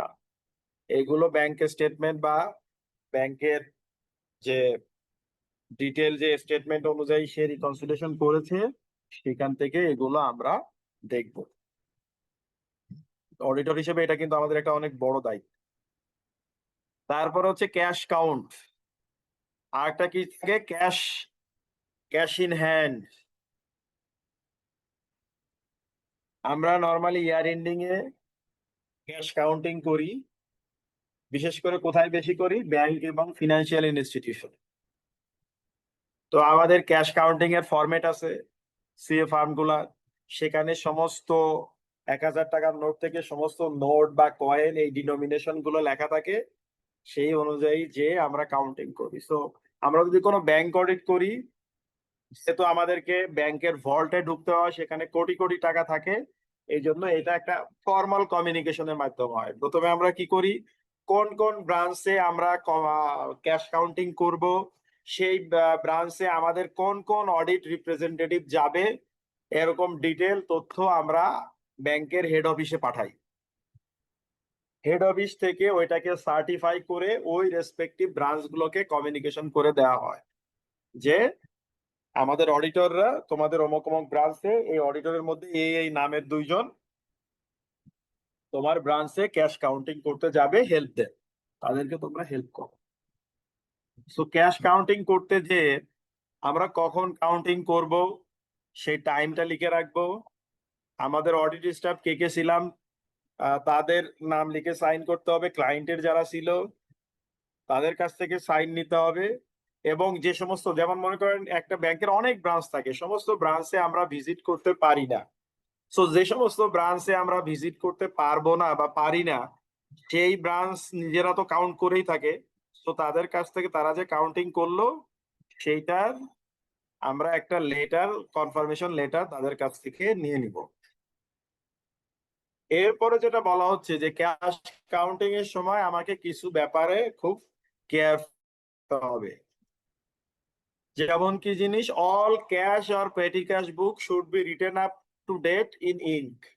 অনেক সময় আপনাকে ক্লায়েন্টের লোকজন বলবে যে ভাই আমি প্রথমে পেন্সিল দিয়ে ব্যালেন্সটা লিখি, আপনারাও কাউন্ট করেন, যখন মিলে যাবে তখন আমি কলম দিয়ে লিখবো। এরকম প্রপোজাল যদি আপনাকে দেয়, সেই প্রপোজাল গ্রহণ করা যাবে না। আমি কি বলবো যে ভাই এট ফার্স্ট আপনি আপনার কাউন্টিং শেষ করেন, আপনি কলম দিয়ে লিখে ক্লোজ করেন, then I will start my count. তারপরে কি বলা হচ্ছে, all balances must be counted at the same time. আপনি আজকে হাফ কাউন্ট করবেন, কালকে হিসেবে বাকি হাফ কাউন্ট করবেন, এরকম ভাবে ক্যাশ কাউন্টিং করা যাবে না। আমি যেটা শুরু করব, যে ব্রাঞ্চে কাউন্টিং করতে যাব, সেই ব্রাঞ্চ সেই দিনই কাউন্ট করে তারপরে আসবো। তারপরটা খুবই important, at no time should the assurance providers be left alone with cash and negotiable securities. মনে করেন ভোল্টের ব্যাংকের ভোল্টে আপনারা দুইজন এবং ক্লায়েন্টের দুইজন আছে, আপনারা কাউন্ট করতেছেন, হুট করে হয়তো ব্রাঞ্চ ম্যানেজার ক্যাশিয়ার মানে ক্যাশের যে ইনচার্জ তাকে ফোন দিয়ে বলো যে একটু আমার সঙ্গে দেখা করো। তখন ক্লায়েন্টের লোকজন বলতে পারে আপনারা একটু দাঁড়ান, আমরা একটু ম্যানেজারের সঙ্গে দেখা করে আসি। কোনো অবস্থাতেই এই ভোল্টের মধ্যে ক্লায়েন্টের লোকজন না থাকলে আপনারাও উপস্থিত থাকবেন না, বলবেন যে ঠিক আছে আপনারাও বাইরে যাচ্ছেন, চলেন আমরাও যাব, আপনারা যখন ঢুকবেন তখন আমরা ঢুকবো। এই জাতীয় রিস্ক নেওয়া যাবে না, কারণ কোনো কারণে যদি কোনো মিসম্যাচ হয়, কোনো জিনিস না পাওয়া যায়, তাহলে আপনাদেরকে দোষারোপ করতে হবে। আরো যেটা উচিত, আপনার মানি ব্যাগে কি আছে দেখিয়ে দেওয়া, বা মানি ব্যাগ তাদের কাছে জমা রাখা, অথবা আপনি যদি কোনো কারণে কোনো একটা টাকা তুলে হয়তো বাসায় যেতে পারেননি, সন্ধ্যার সময় ক্যাশ কাউন্টিং করতে গিয়েছেন, তারপরে বাসায় যাবেন, আপনি হয়তো ফ্যামিলির জন্য একটা বড় অঙ্কের টাকা তুলেছেন, বা কিছু একটা তুলেছেন 10-20 হাজার, যেটাই হোক না কেন, সেটা আগে ক্লায়েন্টকে দেখিয়ে আগেই ডিসক্লোজার দিতে হবে, আদারওয়াইজ সেটা তারা নিজেদের টাকা মনে করে আপনাকে ঝামেলায় ফেলতে পারে। এরপরে বলা হচ্ছে যে সমস্ত ক্যাশ কাউন্ট করে রেকর্ড করে ফেলতে হবে আমার ওয়ার্কিং পেপার ফাইলে, এবং ক্লায়েন্টের কাছ থেকে আমরা যেমন সাইন করব তারও সিগনেচার নিতে হবে। বুঝতে পেরেছি আমরা? जी सर। রেসপন্স করতে হবে তো ভাই, বুঝছি নাকি বুঝি নাই? जी सर বুঝেছি। জি স্যার, বুঝতে পারছি। ওকে, তো অ্যাসেট সাইজ মোটামুটি শেষ, অ্যাসেটের যে মেজর হেড গুলো আমরা কভার করছি। এরপর যদি আমরা লাইবিলিটি সাইডের দিকে যাই, লাইবিলিটি আছে অ্যাকাউন্টস পেয়েবল, বা যেটাকে আমরা বলি সানডে ক্রেডিটর্স। সো সেই ক্ষেত্রে কি হতে পারে, risk the entity understating its liabilities in the financial statement. অনেক সময় কোম্পানি কি করে, লায়াবিলিটি কম দেখাতে চায়, তো সেটা হতে পারে cut off between goods inwards and liability recording being incorrect. যে গুডস ফেরত আসলো, তো তারপরেও কি লায়াবিলিটি অ্যাডজাস্ট করা হলো না, নন এক্সিস্টেন্ট লায়াবিলিটি বিং ডিক্লেয়ার্ড। এইটা খুব একটা রিস্কি একটা জিনিস। আপনারা মনে করতে পারেন স্যার এটা আবার কি জিনিস, নন এক্সিস্টেন্ট লায়াবিলিটিস মানে আসলে টু সেন্সের লায়াবিলিটি নাই, আর্টিফিশিয়াল বা ফেক লায়াবিলিটি রেকর্ড করে রাখছে। তার মানে কি, কোম্পানির কাছে অরিজিনাল কোনো পাওনাদার নাই, তাহলে কি করবে, ওই লাগে যে পেমেন্ট করবে সে তার পকেটে টাকা ঢুকাবে, এই কাজ করতে পারে। তোমাকে আবার পেয়েবল লেজারের রেকর্ড নিতে হবে, সাপ্লায়ার অনুযায়ী আমাকে সাপ্লায়ারের পার্টি অনুযায়ী ব্যালেন্স দিতে হবে।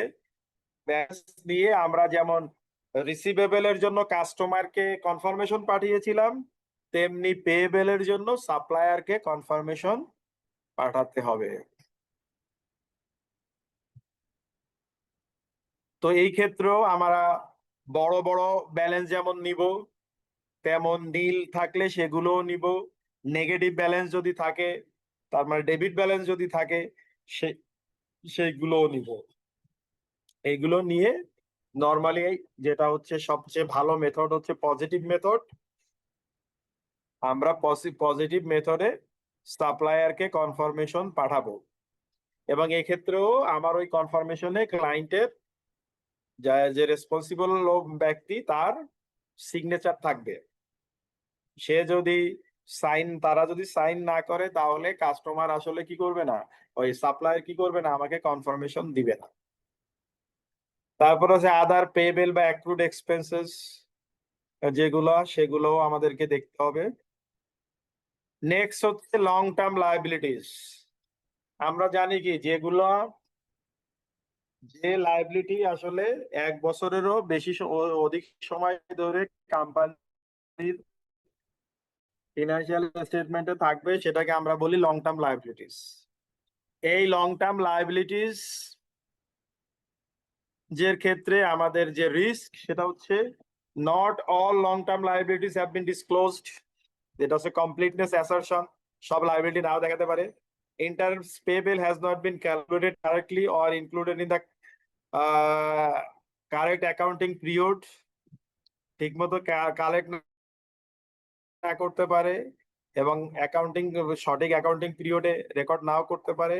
The disclosure is incorrect, proper disclosure না দিতে পারে।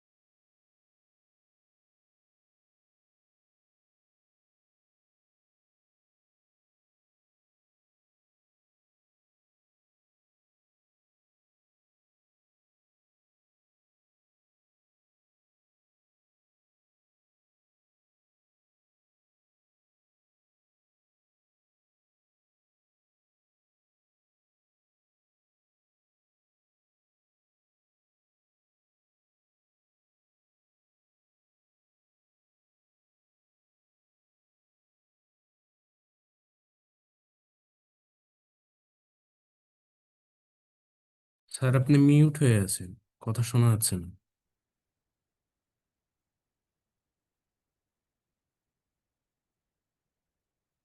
স্যার আপনি মিউট হয়ে আছেন, কথা শোনা যাচ্ছে না।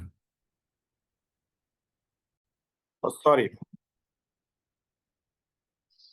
আমরা লোনের ক্ষেত্রে যেটা বলা হয় ব্যাংক থেকে যে লেটার দেয় আমরা বলি লোনের স্যাংশন লেটার, সেই স্যাংশন লেটারটা আমরা দেখব। তারপরে যদি ডিবেঞ্চার হোল্ডার থাকে ডিবেঞ্চার হোল্ডারদের রেজিস্টার দেখব।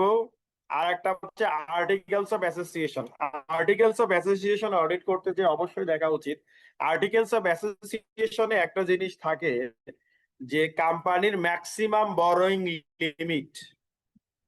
সো এই ম্যাক্সিমাম বরোয়িং লিমিটটা আমাকে আর্টিকেলস অফ অ্যাসোসিয়েশন থেকে জেনে নিতে হবে, কারণ এই ম্যাক্সিমাম বরোয়িং লিমিটের বেশি লিগালি একটা কোম্পানি কোনো ব্যাংক বা ফিনান্সিয়াল স্টেটমেন্টের থেকে বড় করতে পারে না।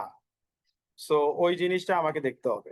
তারপরে লোনের এগ্রিমেন্ট দেখতে হবে, ব্যাংকের যেটা বললাম লেটার, তার যে স্যাংশন লেটার, অথরাইজেশন লেটার সেটা দেখতে হবে। আমরা ব্যাংকে কনফার্মেশন পাঠাইতে পারি, ক্যাশ বুক দেখবো, বোর্ড মিটিং এর মাইনুটস। বড় বড় লোন টোন নিলে এগুলো বোর্ড মিটিং এ পাস হয়, সো কোন বোর্ড মিটিং এ এটা পাস হয়েছে সেটা আমরা দেখবো। তারপরে ক্লায়েন্টের যে লোনের অ্যামোর্টাইজেশন শিডিউল এবং তার যে ইন্টারেস্ট এবং ইনস্টলমেন্টের যে পেমেন্টের যে ক্যালকুলেশন সেগুলো আমরা দেখবো। এই রিলেটেড তার অ্যাকাউন্টিং পলিসি আমরা দেখব।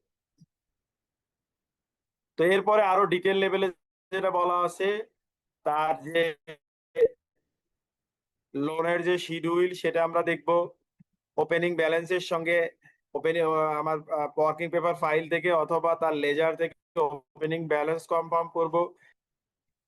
তারপরে ডিবেঞ্চার হোল্ডারদের রেজিস্টার দেখবো, একটু আগেই বলেছি।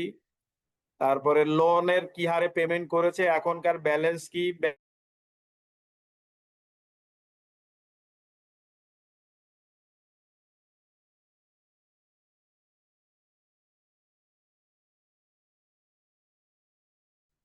আজকে এত ডিস্টার্ব করতেছে।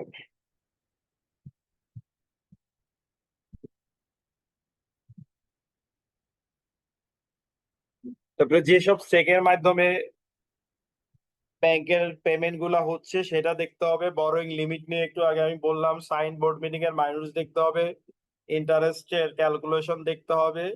এই জাতীয় সমস্ত জিনিস ইন ডিটেল দেখে তারপরে আমরা কনফার্ম করব যে এই লং টার্ম লায়াবিলিটিস ঠিক আছে কিনা। এতক্ষণ আমরা যে জিনিসগুলো নিয়ে কথা বললাম সেটা হচ্ছে অ্যাসেট এবং লায়াবিলিটিস, মানে ব্যালেন্স শিটের বা স্টেটমেন্ট অফ ফিনান্সিয়াল পজিশনের যে এলিমেন্ট গুলা বা যে আইটেম গুলা সেগুলো নিয়ে। এরপরে হচ্ছে ইনকাম স্টেটমেন্টের আইটেম, যেটা হচ্ছে রেভিনিউ। সো রেভিনিউর ক্ষেত্রে আমরা নর্মালি সাবস্টেন্টিভ টেস্টের ক্ষেত্রে একদম রেভিনিউর ভাউচার দেখি। তো একটা কোম্পানির রেভিনিউর যদি আমরা রেকর্ডিং এর কমপ্লিটনেসও দেখতে চাই তাহলে আমাদের কি করা উচিত? কি হয় যে যখন সেলসটা হয় তাহলে ডেলিভারি চালানোর মাধ্যমে ওয়্যার হাউস থেকে গুডটা বেরিয়ে যায়। তো আমরা কোনো একটা মাসের সবগুলো ডেলিভারি চালান নিয়ে ওই ডেলিভারি চালান অনুযায়ী সেলস ইনভয়েস রেজ করা হয়েছে কিনা এবং রিসিভেবল এবং সেলস রেভিনিউতে হিট করা হয়েছে কিনা সেই জিনিসগুলো আমরা দেখতে পারি। আর পারচেজের ক্ষেত্রে হচ্ছে যে আমার জিআরএন যেটাকে বলি আমরা, গুডস রিসিট নোট, এইটার মাধ্যমে গুডস আমাদের ওয়্যার হাউসে ঢুকে। সো ওই জিআরএন এর থেকে আমরা দেখতে পারি যে পারচেজ ইনভয়েস আছে কিনা, সেই অনুযায়ী র ম্যাটেরিয়াল বা ইনভেন্টরিকে ডেবিট করা হয়েছে কিনা এবং পেয়েবল লেজারকে পেয়েবল লেজারে পেয়েবল ক্রিয়েট করা হয়েছে কিনা সেই জিনিসগুলো আমরা দেখতে পারি। পেরোল কস্টের ক্ষেত্রে যেটা বলা হচ্ছে যে আমরা কোম্পানির number of employees, pay road, overall cost, tax rate, এগুলো আমরা দেখতে পারি। যেমন আপনাদেরকে আমি অ্যানালিটিক্যাল রিভিউ করার ক্ষেত্রে ব্রাকের স্যালারি এন্ড অ্যালাউন্সের কথা বলেছিলাম যে কত ক্যাটাগরির এমপ্লয়ি আছে, সেই এমপ্লয়ি অনুযায়ী তাদের অ্যাভারেজ পে প্যাকেজ কেমন, এটাকে মাল্টিপ্লাই করে আমরা গ্র্যান্ড টোটাল করে স্যালারি এন্ড অ্যালাউন্সের ফিগারটা দেখতে পারি। তারপরে ট্যাক্সের যে ডিডাকশন আমাদের ইনকাম ট্যাক্স অ্যাক্ট 2023 অনুযায়ী যেভাবে ডিডাকশন করার কথা সেটা করেছে কিনা। কিছু অফার লেটার নিয়ে আমরা দেখতে পারি যে যাকে যে স্যালারি দেওয়ার কথা সেটা দিচ্ছে কিনা। কেউ যদি রিটায়ারমেন্টে যায় তাকে ঠিক মতো এন্ড সার্ভিস বেনিফিট তাকে দেয়া হয়েছে কিনা। তারপরে পিএফ গ্র্যাচুইটি যদি থাকে সেখানে ঠিক মতো টাকা মান্থলি দেওয়া হচ্ছে কিনা। তারপরে কেউ যদি মাঝখানে রিজাইন দিয়ে চলে যায়, রিজাইন দিয়ে যাওয়ার সময় তাকে যে বেনিফিট দেওয়ার কথা সেগুলো দেওয়া হচ্ছে কিনা, এগুলো আমরা দেখতে পারি। ইন্টারেস্ট পেইড রিসিভড, এগুলো আমরা ব্যাংক স্টেটমেন্ট ইন্সপেকশনের মাধ্যমে দেখতে পারি। আদার যে সমস্ত এক্সপেন্স আছে এগুলো আমরা ভাউচারের মাধ্যমে ডিটেল ট্রানজেকশন দেখতে পারি। তো এটা হচ্ছে আমাদের 13 শেষ করলাম। আমি আপনাদের কোশ্চেন এবং আনসার গুলো দিয়ে দেই।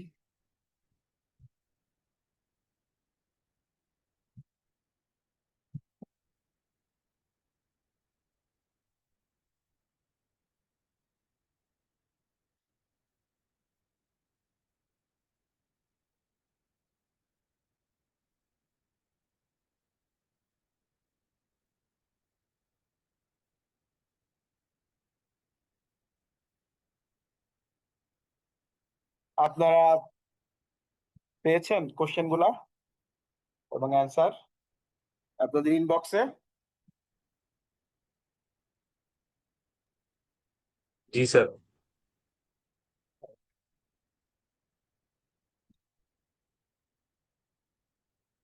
আচ্ছা, এথিক্স এর যে চ্যাপ্টার গুলা এগুলার আমি লেকচার গুলা দিয়ে দেই, যদিও এখানে ম্যাক্সিমাম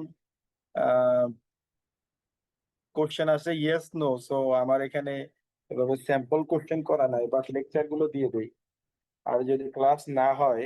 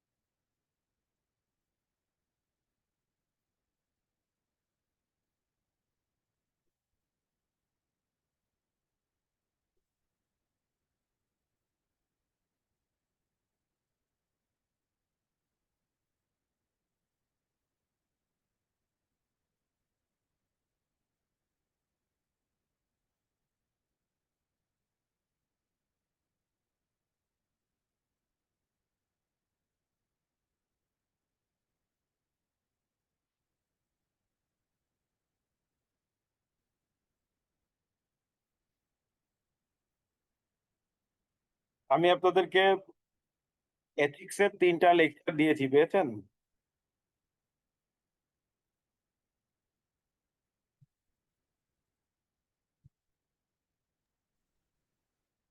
জি স্যার, পেয়েছি।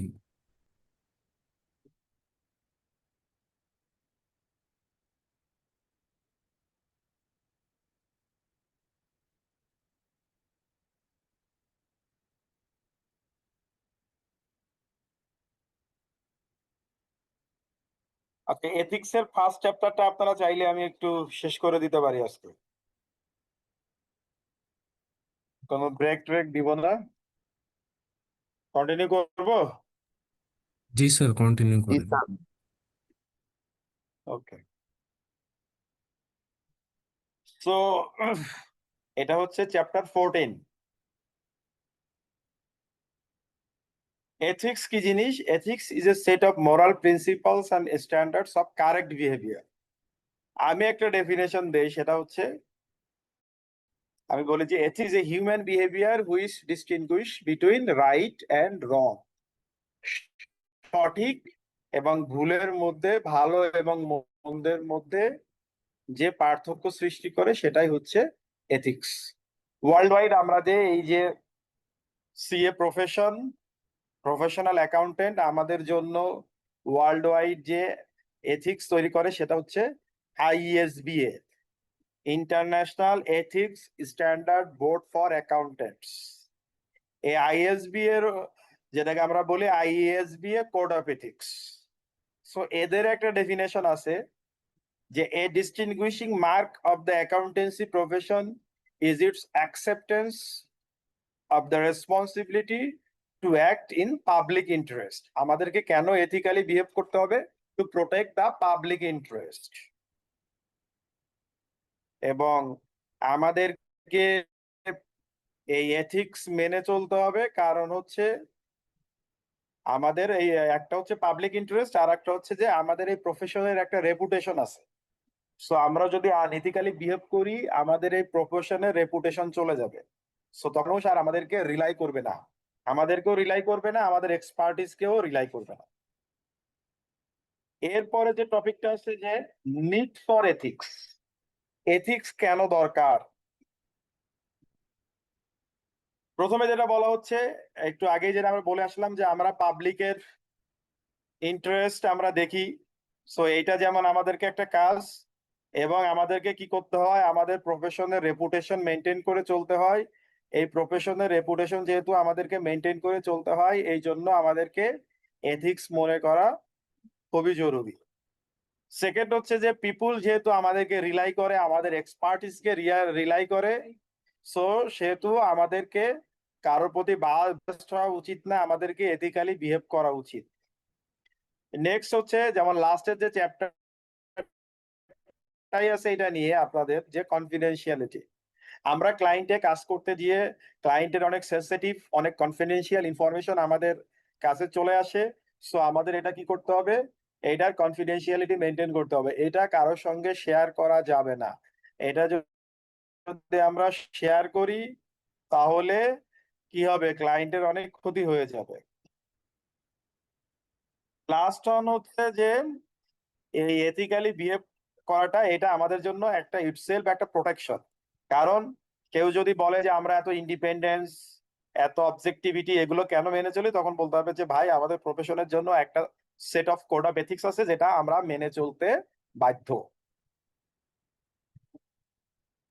সোর্সেস অফ এথিক্যাল গাইডেন্স, যেটা বললাম যে ওয়ার্ল্ড ওয়াইড হচ্ছে আইএসবি এর কোড অফ এথিক্স, আর একটা হচ্ছে আমাদের আইসিবি এর কোড অফ এথিক্স আছে, যেটাকে আমরা বলি বাইলজ শিডিউল সি। এই এথিক্যাল যে গাইডলাইন, ওয়ার্ল্ড ওয়াইড যে এথিক্যাল গাইডলাইন আছে, দুই ধরনের গাইডলাইন পাওয়া যায়, একটা হচ্ছে রুল বেসড আর একটা হচ্ছে প্রিন্সিপাল বেসড। আমাদের যে আইএসবি এর কোড অফ এথিক্স, এটা হচ্ছে principal based.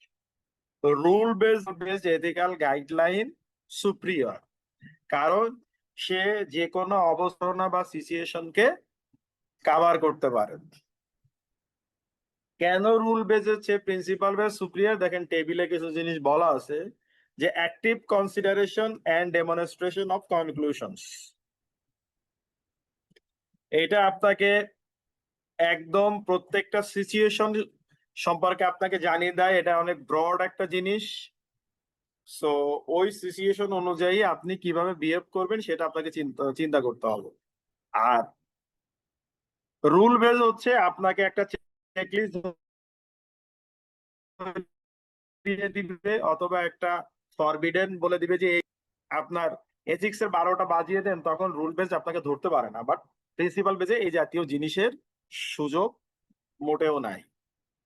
Broad interpretation of ethical situation, সে বলছে কি যে প্রত্যেকটা সিচুয়েশন এক আর একটার চেয়ে আলাদা হতে পারে। So each and every situation is different from others. So প্রত্যেকটা সিচুয়েশনকে কনসিডার করে আপনাকে আপনার ডিসিশন নিতে হবে। যেমন আজকে একটা সিচুয়েশন বাংলাদেশে ঘটলে তার যে ইম্প্যাক্ট, সেম সিচুয়েশন বা সেম ইভেন্ট যদি ইউএসএ তে ঘটে সেম ইম্প্যাক্ট নাও হতে পারে। বা আজকে একটা ঘটনা ঘটলে তার যে ইম্প্যাক্ট 10 বছর পরে সেম ঘটনা ঘটলে সেম ইম্প্যাক্ট নাও হতে পারে। So ethics principal base ethical standard বলে আপনাকে প্রত্যেকটা সিচুয়েশনকে আলাদাভাবে কনসিডার করে আপনাকে আপনার ডিসিশনটা নিতে হবে। আবার প্রিন্সিপাল বেজেও কিছু রুল থাকতে পারে। আইএসবি এর যে কোড অফ এথিক্স তাতে ফান্ডামেন্টাল প্রিন্সিপাল হচ্ছে 5টা: integrity, objectivity, professional competence and due care, confidentiality এবং প্রফেশনাল বিহেভিয়ার। ইন্টিগ্রিটিতে কি বলতেছে? A professional accountant should be straightforward and honest in all professional and business relationship. যত প্রকার প্রফেশনাল এবং বিজনেস রিলেশনশিপে সে থাকবে তাকে একদম স্ট্রেট ফরওয়ার্ড কথা বলতে হবে এবং অনেস্টলি বিহেভ করতে হবে। কিরকম? এখানে কিছু উদাহরণ দেওয়া হচ্ছে যে এমন কিছু করা উচিত না, এমন কোনো রিপোর্ট বা রিটার্ন বা কমিউনিকেশন তার করা উচিত না যেখানে কি থাকবে contents materially false or misleading statement, যেখানে ভুল বা মিসলিডিং স্টেটমেন্ট আছে। Contents statements or information furnish recklessly, recklessly মানে যেনতেন ভাবে, খুব কেয়ার নিয়ে তৈরি করা হয় নাই, এই জাতীয় কাজ করা যাবে না। omits or obscure information regard to be included where such omission or obscurity would be misleading. কিছু জিনিস বাদ দিল অথবা এমন অ্যাম্বিগুয়াস ওয়েতে দিল যেটা থেকে আসলে ইউজার কোনো তথ্য উদ্ধার করতে পারলো না, এই কাজও করা যাবে না। Objectivity, a professional accountant should not allow bias, conflict of interest or undue influence of others to override professional or business judgement. এই প্রফেশনাল এবং বিজনেস জাজমেন্ট নিতে যায় সে বায়াস হতে পারবে না কারো প্রতি, কোনো কনফ্লিক্ট অফ ইন্টারেস্ট থাকতে পারবে না। এই কনফ্লিক্ট অফ ইন্টারেস্ট নিয়ে লাস্ট চ্যাপ্টারে অনেক ডিটেল বলা আছে আরো। এই জাতীয় কাজ সে করতে পারবে না। Professional competence and due care, এখানে যেটা বলা হচ্ছে যে আপনি যে কাজটা করবেন ওই কাজ করার জন্য আপনার পর্যাপ্ত নলেজ থাকতে হবে। যে কাজ করার নলেজ বা এক্সপেরিয়েন্স আপনার নাই সে কাজ আপনি করবেন না। আর ডিউ কেয়ার মানে হচ্ছে আপনাকে খুব যত্ন সহকারে কাজ করতে হবে। ডিউ কেয়ার বলতে আরেকটা জিনিস যেটা বোঝায় সেটা হচ্ছে যে আমাদের এই মনে করেন অ্যাকাউন্টিং অডিটিং এর স্ট্যান্ডার্ড, তারপরে ট্যাক্স বা বিভিন্ন ল, এগুলো চেঞ্জ হয়, চেঞ্জের সঙ্গে নিজেকে কোপ করতে হবে। দ্যাট মিনস আপনাকে সবসময় আপ টু ডেট থাকতে হবে। কনফিডেন্সিয়ালিটি, আমরা ক্লায়েন্টের অনেক সেন্সিটিভ এবং ইম্পর্টেন্ট ইনফরমেশনের অ্যাক্সেস পাই, তো আমাদেরকে কি করতে হবে? কনফিডেন্সিয়ালিটি মেনটেন করতে হবে ইনফরমেশন। প্রফেশনাল বিহেভিয়ার, আমাদের বিহেভিয়ার হবে সবসময় প্রফেশনাল। দেখেন এখানে দুইটা জিনিস বলেছে, exaggerated claims for the services they are able to offer the qualification they possess or experience they have gained. মানে এমন কোনো ক্লেম করা যাবে না। আপনি একটা চাকরির ইন্টারভিউ করব, ওই করব, আপনার কোম্পানিকে এখানে নিয়ে যাব ওইখানে নিয়ে যাব, আসলে এই জিনিস করার যোগ্যতাই আপনার নাই বা আপনার পক্ষে এটা করা সম্ভব না। সো এই জাতীয় কাজ করা যাবে না। Disappearing references or unsubstantiated comparison to the work of others, আপনি এমন একটা রেফারেন্স দিলেন কোন একটা কিছু বলতে যে আসলে ওই জিনিসটা নাই। আপনি আন্দাজে একটা, ওই যে অনেক সময় আমরা অনেকে বলতো যে মজা করে বলে যে আমরা পরীক্ষার খাতায় লিখি জনৈক মনীষী বলেছেন, বলে আপনি আপনার একটা কথা জনৈক মনীষীর নামে চালিয়ে দিলেন আর কি, এরকম একটা অবস্থা। আসলে জনৈক মনীষী বলতে কেউ নাই। তো এই জাতীয় কাজ করা যাবে না। ইন্ডিপেন্ডেন্স, আমরা চ্যাপ্টার 2 তে পড়েছিলাম যে আমাদেরকে কাজ করতে গেলে অবশ্যই আমাদের ইন্ডিপেন্ডেন্স মেনটেন করতে হবে। এই ইন্ডিপেন্ডেন্স হচ্ছে দুই ধরনের, একটা হচ্ছে ইন্ডিপেন্ডেন্স অফ মাইন্ড, আর একটা হচ্ছে independence in appearance. Independence of mind মানে হচ্ছে আপনি নিজে সৎ এবং সৎভাবে কাজ করবেন। আপনি নিজেই নিজেকে সৎ রাখবেন বা নিজেই নিজেকে কন্ট্রোল করবেন। আপনার কাজ করতে যেয়ে আপনি সবসময় প্রফেশনাল স্কেপটিসিজম মেনটেন করবেন। আর ইন্ডিপেন্ডেন্স অ্যাপিয়ারেন্স হচ্ছে এটা আপনার নিজের হাতে নাই। কোন নলেজেবল থার্ড পার্টি যে অডিটরের ইন্ডিপেন্ডেন্স সম্পর্কে জানে, ইন্ডিপেন্ডেন্স কি কি কারণে ইন্ডিপেন্ডেন্স এর হ্যাম্পার হয় সেটাও জানে, কি কি সেফগার্ড হ্যাম্পার যে কারণে হয় সেগুলোকে অ্যাকসেপ্টেবল লোয়ার লেভেলে নামিয়ে আনা যায়, এটাও সে জানে। এই সমস্ত কিছু জানার পরে কোন নলেজেবল ইনফর্ম থার্ড পার্টির যদি মনে হয় যে এই পার্টিকুলার অডিটর যদি ওই কোম্পানিতে কাজ করে তাহলে ইন্ডিপেন্ডেন্স মেনটেন করতে পারবে না, তখন এটা আপনার ইন্ডিপেন্ডেন্স ইন অ্যাপিয়ারেন্স এর হ্যাম্পার হয়ে যাবে। এই ইন্ডিপেন্ডেন্সের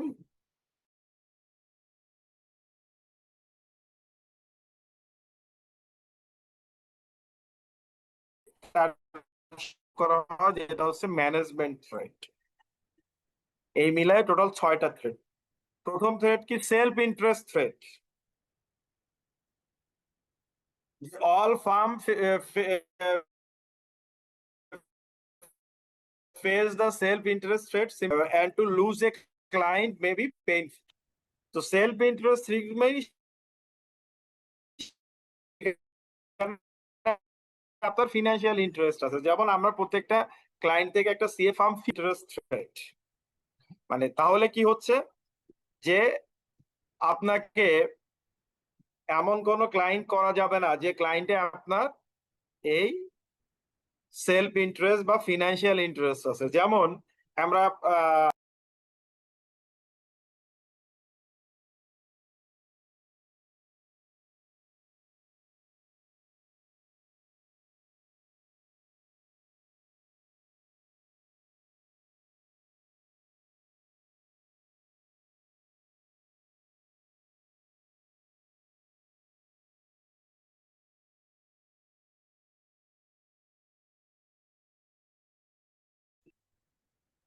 চ্যাপ্টার 1 পড়েছিলাম যে লিস্টেড কোম্পানির ক্ষেত্রে কোন অডিটর বা তার ফার্মের কোন এমপ্লয়িজ বা কারোরই ওই পার্টিকুলার ক্লায়েন্টে কোনো শেয়ার থাকতে পারবে না।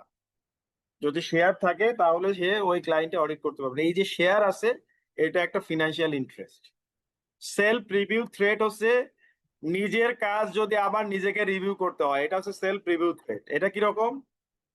যে কোম্পানির ফিনান্সিয়াল স্টেটমেন্ট আমি তৈরি করি আবার সেই কোম্পানির ফিনান্সিয়াল স্টেটমেন্ট আমি অডিটও করি, এইটা আসলে করা উচিত না। তাহলে সেলফ রিভিউ থ্রেট চলে আসবে। আমি আমার ভুল খুঁজে পেলেও চুপচাপ থাকবো, আমি কিছু বলবো না।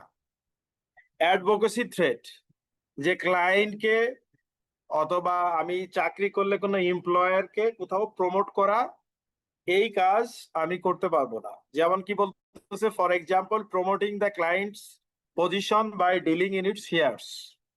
আমি লোকজনকে বললাম যে আমি এই কোম্পানিতে কাজ করি বা কনসালটেন্ট বা অডিটর, আপনারা এই কোম্পানির শেয়ার কিনতে পারেন, এই কোম্পানিটা অনেক ভালো, এই কাজ আপনি করতে পারবেন। ফ্যামিলিয়ারিটি থ্রেট, এটা হতে পারে দীর্ঘদিন কাজ করার কারণে ক্লায়েন্টের লোকজনের সাথে আমার পরিচয় হয়ে আমি তার প্রতি সিম্প্যাথেটিক হতে পারি, সে যা দিল তাই বিশ্বাস করতে পারি, সো আমার প্রফেশনাল স্কেপটিসিজম সেখানে তাহলে নষ্ট হয়ে যেতে পারে, দুর্বল হয়ে যেতে পারে।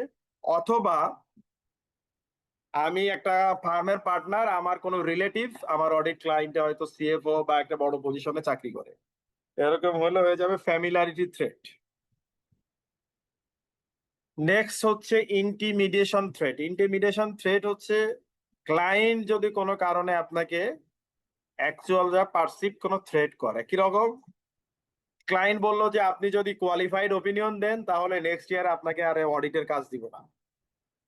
এই জন্য বলতেছে for example threats of replacement due to disagreement, যে আপনাকে আনকোয়ালিফাইড রিপোর্ট দিতে হবে, আপনি যদি অ্যাগ্রি না করেন তাহলে নেক্সট ইয়ারে আপনাকে কোনো কাজই দিবে। আর ম্যানেজমেন্ট থ্রেট হচ্ছে, এটা আপনারা পরের লেভেলে যখন নিয়ে পড়বেন, আরো ডিটেল পড়বেন এথিক্স নিয়ে, তখন এটা সম্পর্কে আরো ভালো জানবেন। তারপর আমি একটু বলি, ম্যানেজমেন্ট থ্রেট হচ্ছে যে আমরা কোনো কাজ করতে যে অনেক সময় ম্যানেজমেন্টের পক্ষে আমরা কনসালটেন্ট হয়ে অনেক কাজ করি, বাট এই কাজ করতে যে অনেক সময় আমাকে ম্যানেজমেন্টের যে রেসপন্সিবিলিটি ওই রেসপন্সিবিলিটিও পালন করতে হয়। সো এই সময় যে থ্রেটটা অ্যারাইজ করে তাকে বলে ম্যানেজমেন্ট থ্রেট। এই জন্য বলা হয় যে কোনো কোম্পানিতে এই জাতীয় কোনো কাজ করতে গেলে আমরা কোনো রেসপন্সিবিলিটি নেওয়া যাবে না।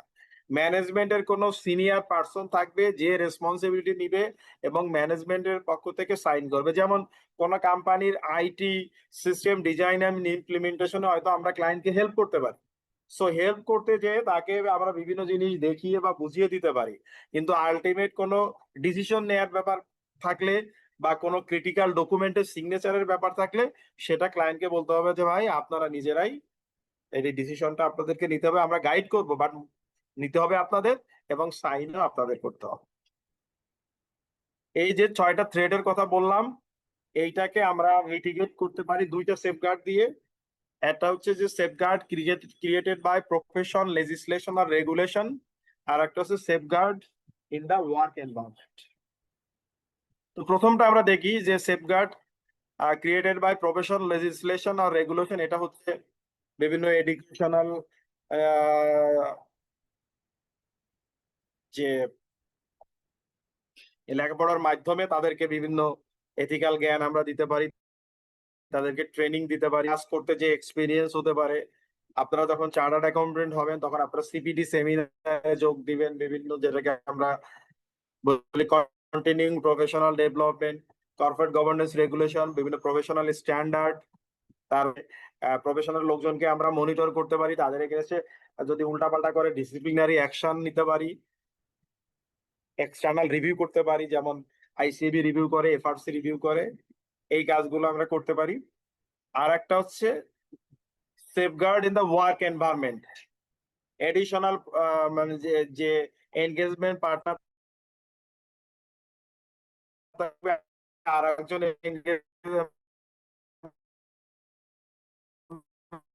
আর একজন কনকারিং পার্টনার দিয়ে কাজটাকে আমরা রিভিউ করতে পারি।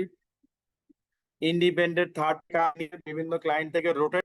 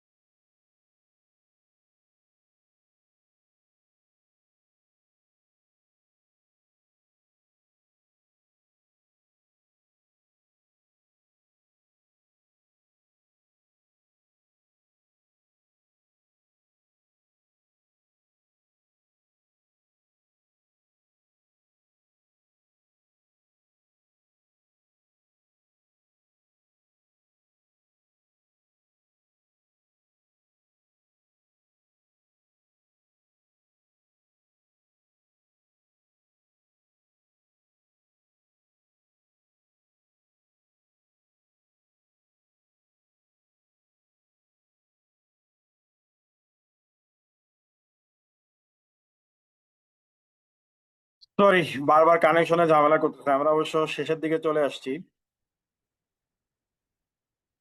তো আমরা একটা ক্লায়েন্টে কতদিন আমরা আমাদের এই ইন্ডিপেন্ডেন্সটা ধরে রাখবো, বলা হচ্ছে during the period of the engagement, যতদিন আমরা এনগেজমেন্টে থাকবো। আর যদি এটা রিকারিং অডিট হয় তাহলে বলতেছে independent May only cheese on termination of the contract between the parties, যতদিন ওই ক্লায়েন্টের সঙ্গে আমাদের কন্ট্রাক্ট টার্মিনেশন হবে না ততদিন পর্যন্ত আমাদেরকে ইন্ডিপেন্ডেন্স মেনটেন করতে হবে। তো আইসিএবির কোডেও যেটা, যে আমাদেরকে সবসময় এথিক্যালি বিহেভ করতে হবে, আমাদের যে শিডিউল সি বাইলজের শিডিউল সি আমাদেরকে মেনে চলতে হবে, প্লাস আমরা যেহেতু আইফ্যাক এর মেম্বার, আইফ্যাক হচ্ছে ইন্টারন্যাশনাল ফেডারেশন অফ অ্যাকাউন্টেন্টস, আমাদের আইসিবি আইফ্যাক এর মেম্বার, সো আইফ্যাক এর সমস্ত মেম্বার বডিকে আইএসবি এর কোড অফ এথিক্স মেনে চলতে হয়। So as a ICB member আমাদেরকেও এই আইএসবি এর কোড অফ এথিক্স মেনে চলতে হবে। এই আইএসবি এর কোড অফ এথিক্স হচ্ছে মিনিমাম স্ট্যান্ডার্ড, এটা অবশ্যই আমাদেরকে মেনে চলতে হবে। এরপরও যদি আমরা টাফ কিছু করি, আরো টাফ কোন আমাদের দেশে আছে যে আমাদের বাইলজে শিডিউল সি তে কোনো সিএ ফার্ম কোনো অ্যাডভার্টাইজ করতে পারবে না, যেমন অ্যালাউড। কিন্তু আমাদের যে বাইলজ আইসিএবি সেখানে কিন্তু বলছে কোনো অ্যাডভার্টাইজিং করা যাবে না। সো আমরা আরো টাফ হয়েছে, টাফ হওয়া যাবে কিন্তু লেনিয়েন্ট হওয়া যাবে না।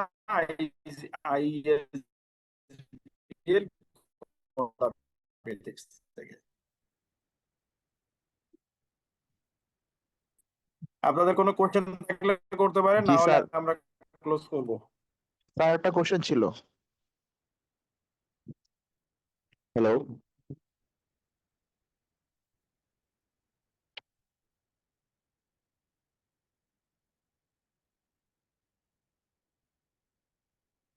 হ্যালো,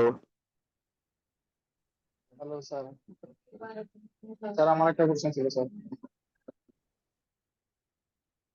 বলেন। স্যার স্যার আমি আপনি বলবো। জি ভাই আপনি সাজ্জাদ বলেন। না কে যেন বলতেছিল, বলেন। জি স্যার আপনি বললেন স্যার অ্যাড দিতে পারবে না, কিন্তু অনেকগুলো ফার্ম তো দেখি স্যার ফেসবুকে জবের জন্য ইয়ার জন্য ওনারা অ্যাড দেয়। অ্যাড ছাড়া স্যার ক্লায়েন্ট কিভাবে পাবে ওনারা ফার্ম গুলো? অ্যাড অ্যাড অ্যাড দেয় তো স্টুডেন্ট নেওয়ার জন্য, কোনো কাজের জন্য তো অ্যাড দেয় না। স্যার মানে এই ক্লায়েন্ট হ্যান্ডেল করা মানে ক্লায়েন্ট ফাইন্ড করার জন্য কোনো অ্যাড দিতে পারবে না, অন্যান্য না না, অ্যাওয়ারনেস বা ক্লায়েন্ট হান্ট করার জন্য কোনো অ্যাড দিতে পারবে না, না। ব্র্যান্ডের ইয়ার জন্য করতে পারবে? না, আপনি এমনি তাদেরকে ভিজিট করতে পারেন, আপনি কি কি সার্ভিস দিচ্ছেন এটা জানাতে পারেন, বা আপনার পরিচিত কানেকশনে তার কাছে যেতে পারেন, কিন্তু আপনি আমরা ফর্মাল যেটা অ্যাডভার্টিজমেন্ট বলি এইটা কোনো সিএ ফার্ম করতে পারবে না বাংলাদেশে, এটা তাহলে স্যার প্রহিবিটেড। ক্লায়েন্ট ওনারা কিভাবে পাবে? ওই যে তার কানেকশন দিয়ে, তারপরে বিভিন্ন ক্লায়েন্ট দেখবেন যে বিভিন্ন টেন্ডার দেয় যে আমরা অডিটর নিব, আমরা এই কাজের জন্য এই কাজ করাবো, আপনারা এক্সপ্রেশন অফ ইন্টারেস্ট দেন, আপনারা টেন্ডার সাবমিট করেন, আপনারা প্রপোজাল সাবমিট করেন, সেইভাবে কাজ পায়। আর বিভিন্ন কানেকশন দিয়ে কাজ পায়, অ্যাড দেওয়া যাবে না।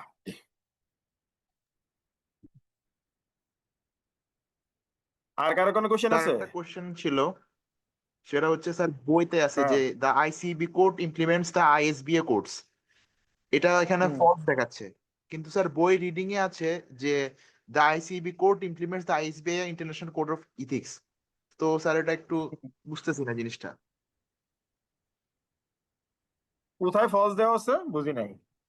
স্যার ওই যে স্যাম্পল কোশ্চেনে যেটা আছে সেলফ টেস্ট কোশ্চেন্স, ওখানে আছে যে the ICB code implements the IESBA codes, তো ওটা হ্যাঁ, অ্যান্সারে স্যার ফলস দেওয়া আছে। তো ওরা উত্তরে দিছে যে it applies to audit engagement and public interest insurance engagements. এটা একটু স্যার বুঝতেছি না।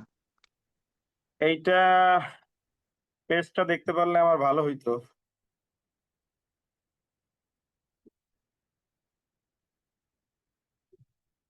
আমার কাছে তো এই মুহূর্তে ম্যানুয়ালটা নাই। কেউ কি ম্যানুয়াল শেয়ার করতে পারবেন ওই পেজটা?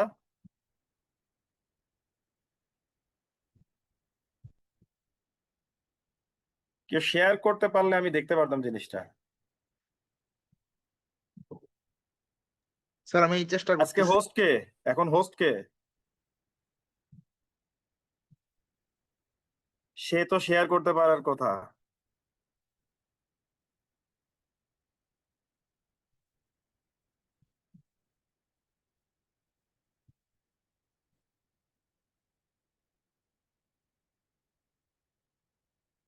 কারো কাছে সফট কপি আছে?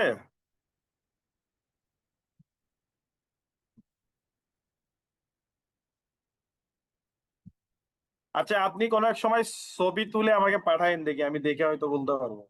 স্যার আমি শেয়ার অথবা করছি নেক্সট ক্লাস স্যার আমি শেয়ার যদি করেছি হ্যাঁ, শেয়ার করেন। স্যার আমি চ্যাট বক্সে দিছি স্যার।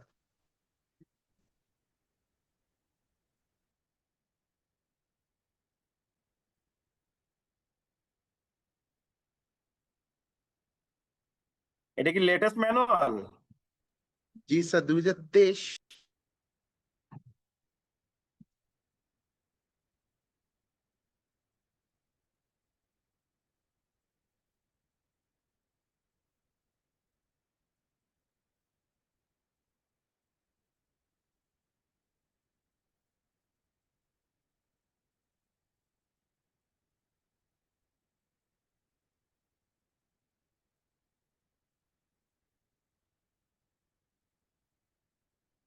আমার এখানে ওপেন হচ্ছে না কেন?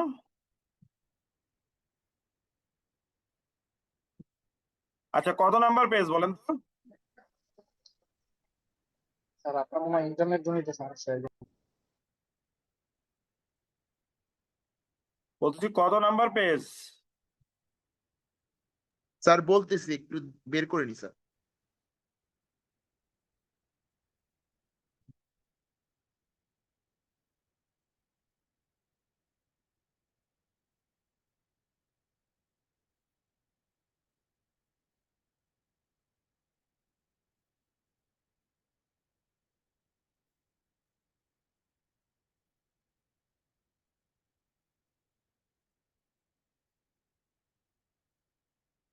Sir 312 maybe. হ্যাঁ, স্যার 310। 310। স্যার এখানে স্যার এটা 2023-এর বইটা, মানে ভার্সন 2023-এর, কিন্তু আমরা যেটা নিয়েছি সেটা হচ্ছে 2024-এর। ওটাতে স্যার ফলস আছে। এটা কোনটা? এই যে sir interactive question on? Self test questions. ও, self test question. Self test question তো এখানে আছে 312 নাম্বার পেজে। এটা কোনটা?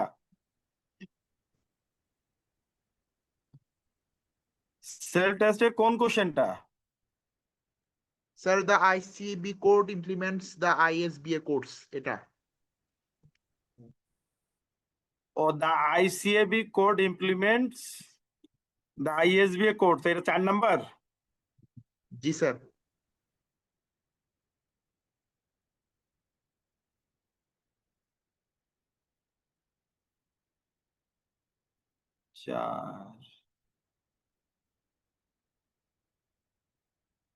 চারে তো ট্রু দেওয়া আছে।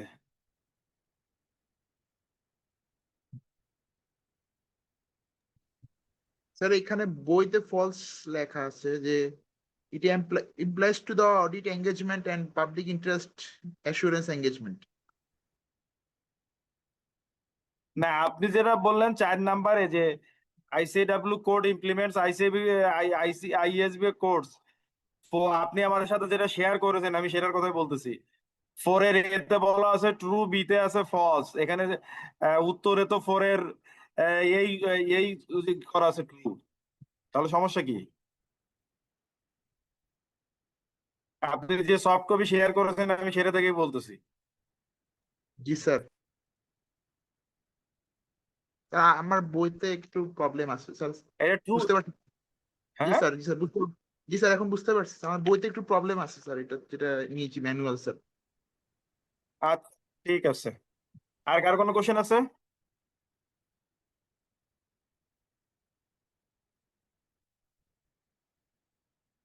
তো আমরা ক্লোজ করি। সবাই ভালো থাকবেন। হ্যাঁ। স্যার আসসালামু আলাইকুম।